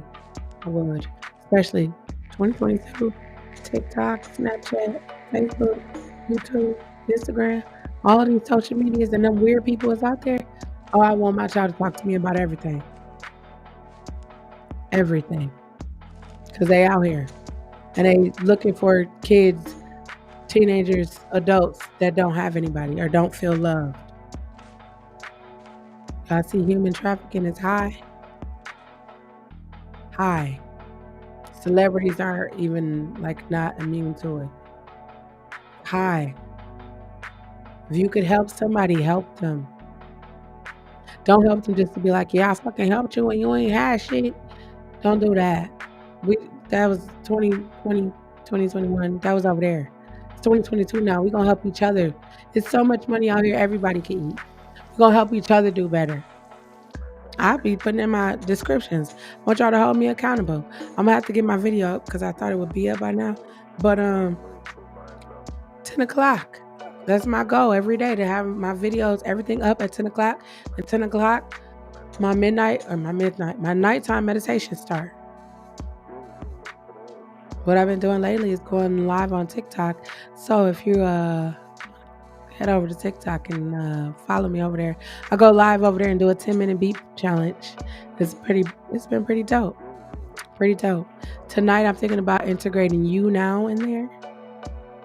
If I don't integrate you now and there tonight, it's definitely gonna be in there this week. I want y'all to take a minute and follow me on all of the social medias right here on the screen. I do respond if you type in a chat. I do respond. I do acknowledge the people that are in my room. I do that. Um, I'm about to wrap it up because I need to get more tea, and I gotta go live on TikTok. So thank y'all for joining me. I truly appreciate all of the love and support. Whatever platform you are on, if you can, feel free to cross over to another platform and follow and subscribe and like. I will greatly appreciate that. Remember, it is important for you to use, I know I just said this, but it's important for you to use your words because that is the only way that anyone will ever know what you are feeling and what you are thinking. And in 2022, you should tell yourself silence is not an option. You probably been silent about a lot of shit. You probably done seen a lot of shit going on, and you just sitting there being silent like, man, one day somebody gonna say something. Be that person. Somebody 10 years ago asked me, what if you are the person that's supposed to talk about it? And I was like, why the fuck would I be the person? Like, it's so many people out here, won't they? And it was like, no, what if that was your task? And I laughed because I knew it was my task, but it was like, why are you asking me this? And here it is. I'm completing my task. I'm completing it. I will never let anything where you see my face and these dimples go out without me telling you to love yourself. Tonight's topic is love. Love yourself, love the people around you, love them enough to tell them the truth. If you are not feeling your mama, your daddy, your sister, your brother, your baby mama, tell them why. Don't assume that they know. Tell them. Know yourself. If you are feeling right now that you are not your normal self, if you are a parent and you're watching your kids and they're not their normal self, if you are in a relationship with somebody and they are not their normal self, talk to them, have a conversation with them, figure out what's going on. Don't push them or prod them, but figure out what's going on. Let them know, like, hey, whenever you're ready to talk, I'm here to listen. Do that. Trust. This has been a big one for me. Trust yourself. I'm trusting myself in this whole nurturing conversation, saying it has been going great for me, and I appreciate all the love and support that y'all continue to show me. Cause at the end of the day, for the love of humanity, all I could be is me. I'm gonna encourage you to just be yourself. Why? Because you need you. I need you. We need you. One more time. You need you. I need you. And we need you. What does that mean? I need you. You need you to be your best self so that when you do whatever it is that you were tasked to do in this world, I could receive that. And the world could receive that. So we need you to be the best version of yourself. Maybe you're somebody, again, that know how to make healthy versions of tuna fish. I've really been wanting tuna fish, but I don't want tuna fish. But if you know how to make a healthy version of it, do a video on that. Maybe you're good at cutting hair and whispering. ASMR is your thing. Just be yourself. In case you need a friendly reminder, we have been presently, surviving a global, I couldn't do it because my neck, let me see, a global, okay, fucking pandemic, and you should be living your best life right now. If no one has told you in the first month and 6 days of 2022, I will take all of the pride in saying, I love you. I believe in you. You have every fucking thing that you need to be successful. Wait. I trust you. I trust you with the ability to accomplish whatever it is that you set out to accomplish when you were younger. I trust you with that. I trust you with the ability that whatever task it is that you have to do, you will accomplish that. I trust that. Because you know you want to do it. You know you can do it. You be seeing other people be doing makeup. You be seeing other people be writing songs and shooting movies and films. He's like, oh, I had the idea. You should do it. YouTube is a great place. You're thinking about doing short stories, short films, YouTube. There's even people on TikTok doing 3 minute, 1 minute, 60-second movies. Great, most amazing thing I've ever seen. There's so many different platforms you could do this on. Make sure y'all follow me on all the social medias. I love y'all. I appreciate y'all. Oh, wait. If you're on YouTube, feel free to go up to the community tab and vote for your favorite song that you want to hear me sing, or you could come sing for Saturday Night Vibes, one of the livest karaoke's on YouTube at 9 on Saturday, right here on this channel. This month is Love Month, and we are doing love songs. Last week it was, or yesterday it was songs that have love in the title. This week we are doing love making songs.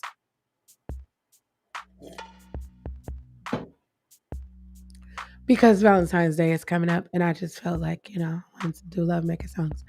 But if you have a song that is associated with love, drop it in the comments on any video, on any social media platform, DM me, and I'll add it to the list. I'm actually thinking about doing more than 5 songs. I'll probably start that in March. Maybe do 10 songs because it's karaoke. I'm just doing 5 songs. I want to elevate it. Elevate it. Don't do that.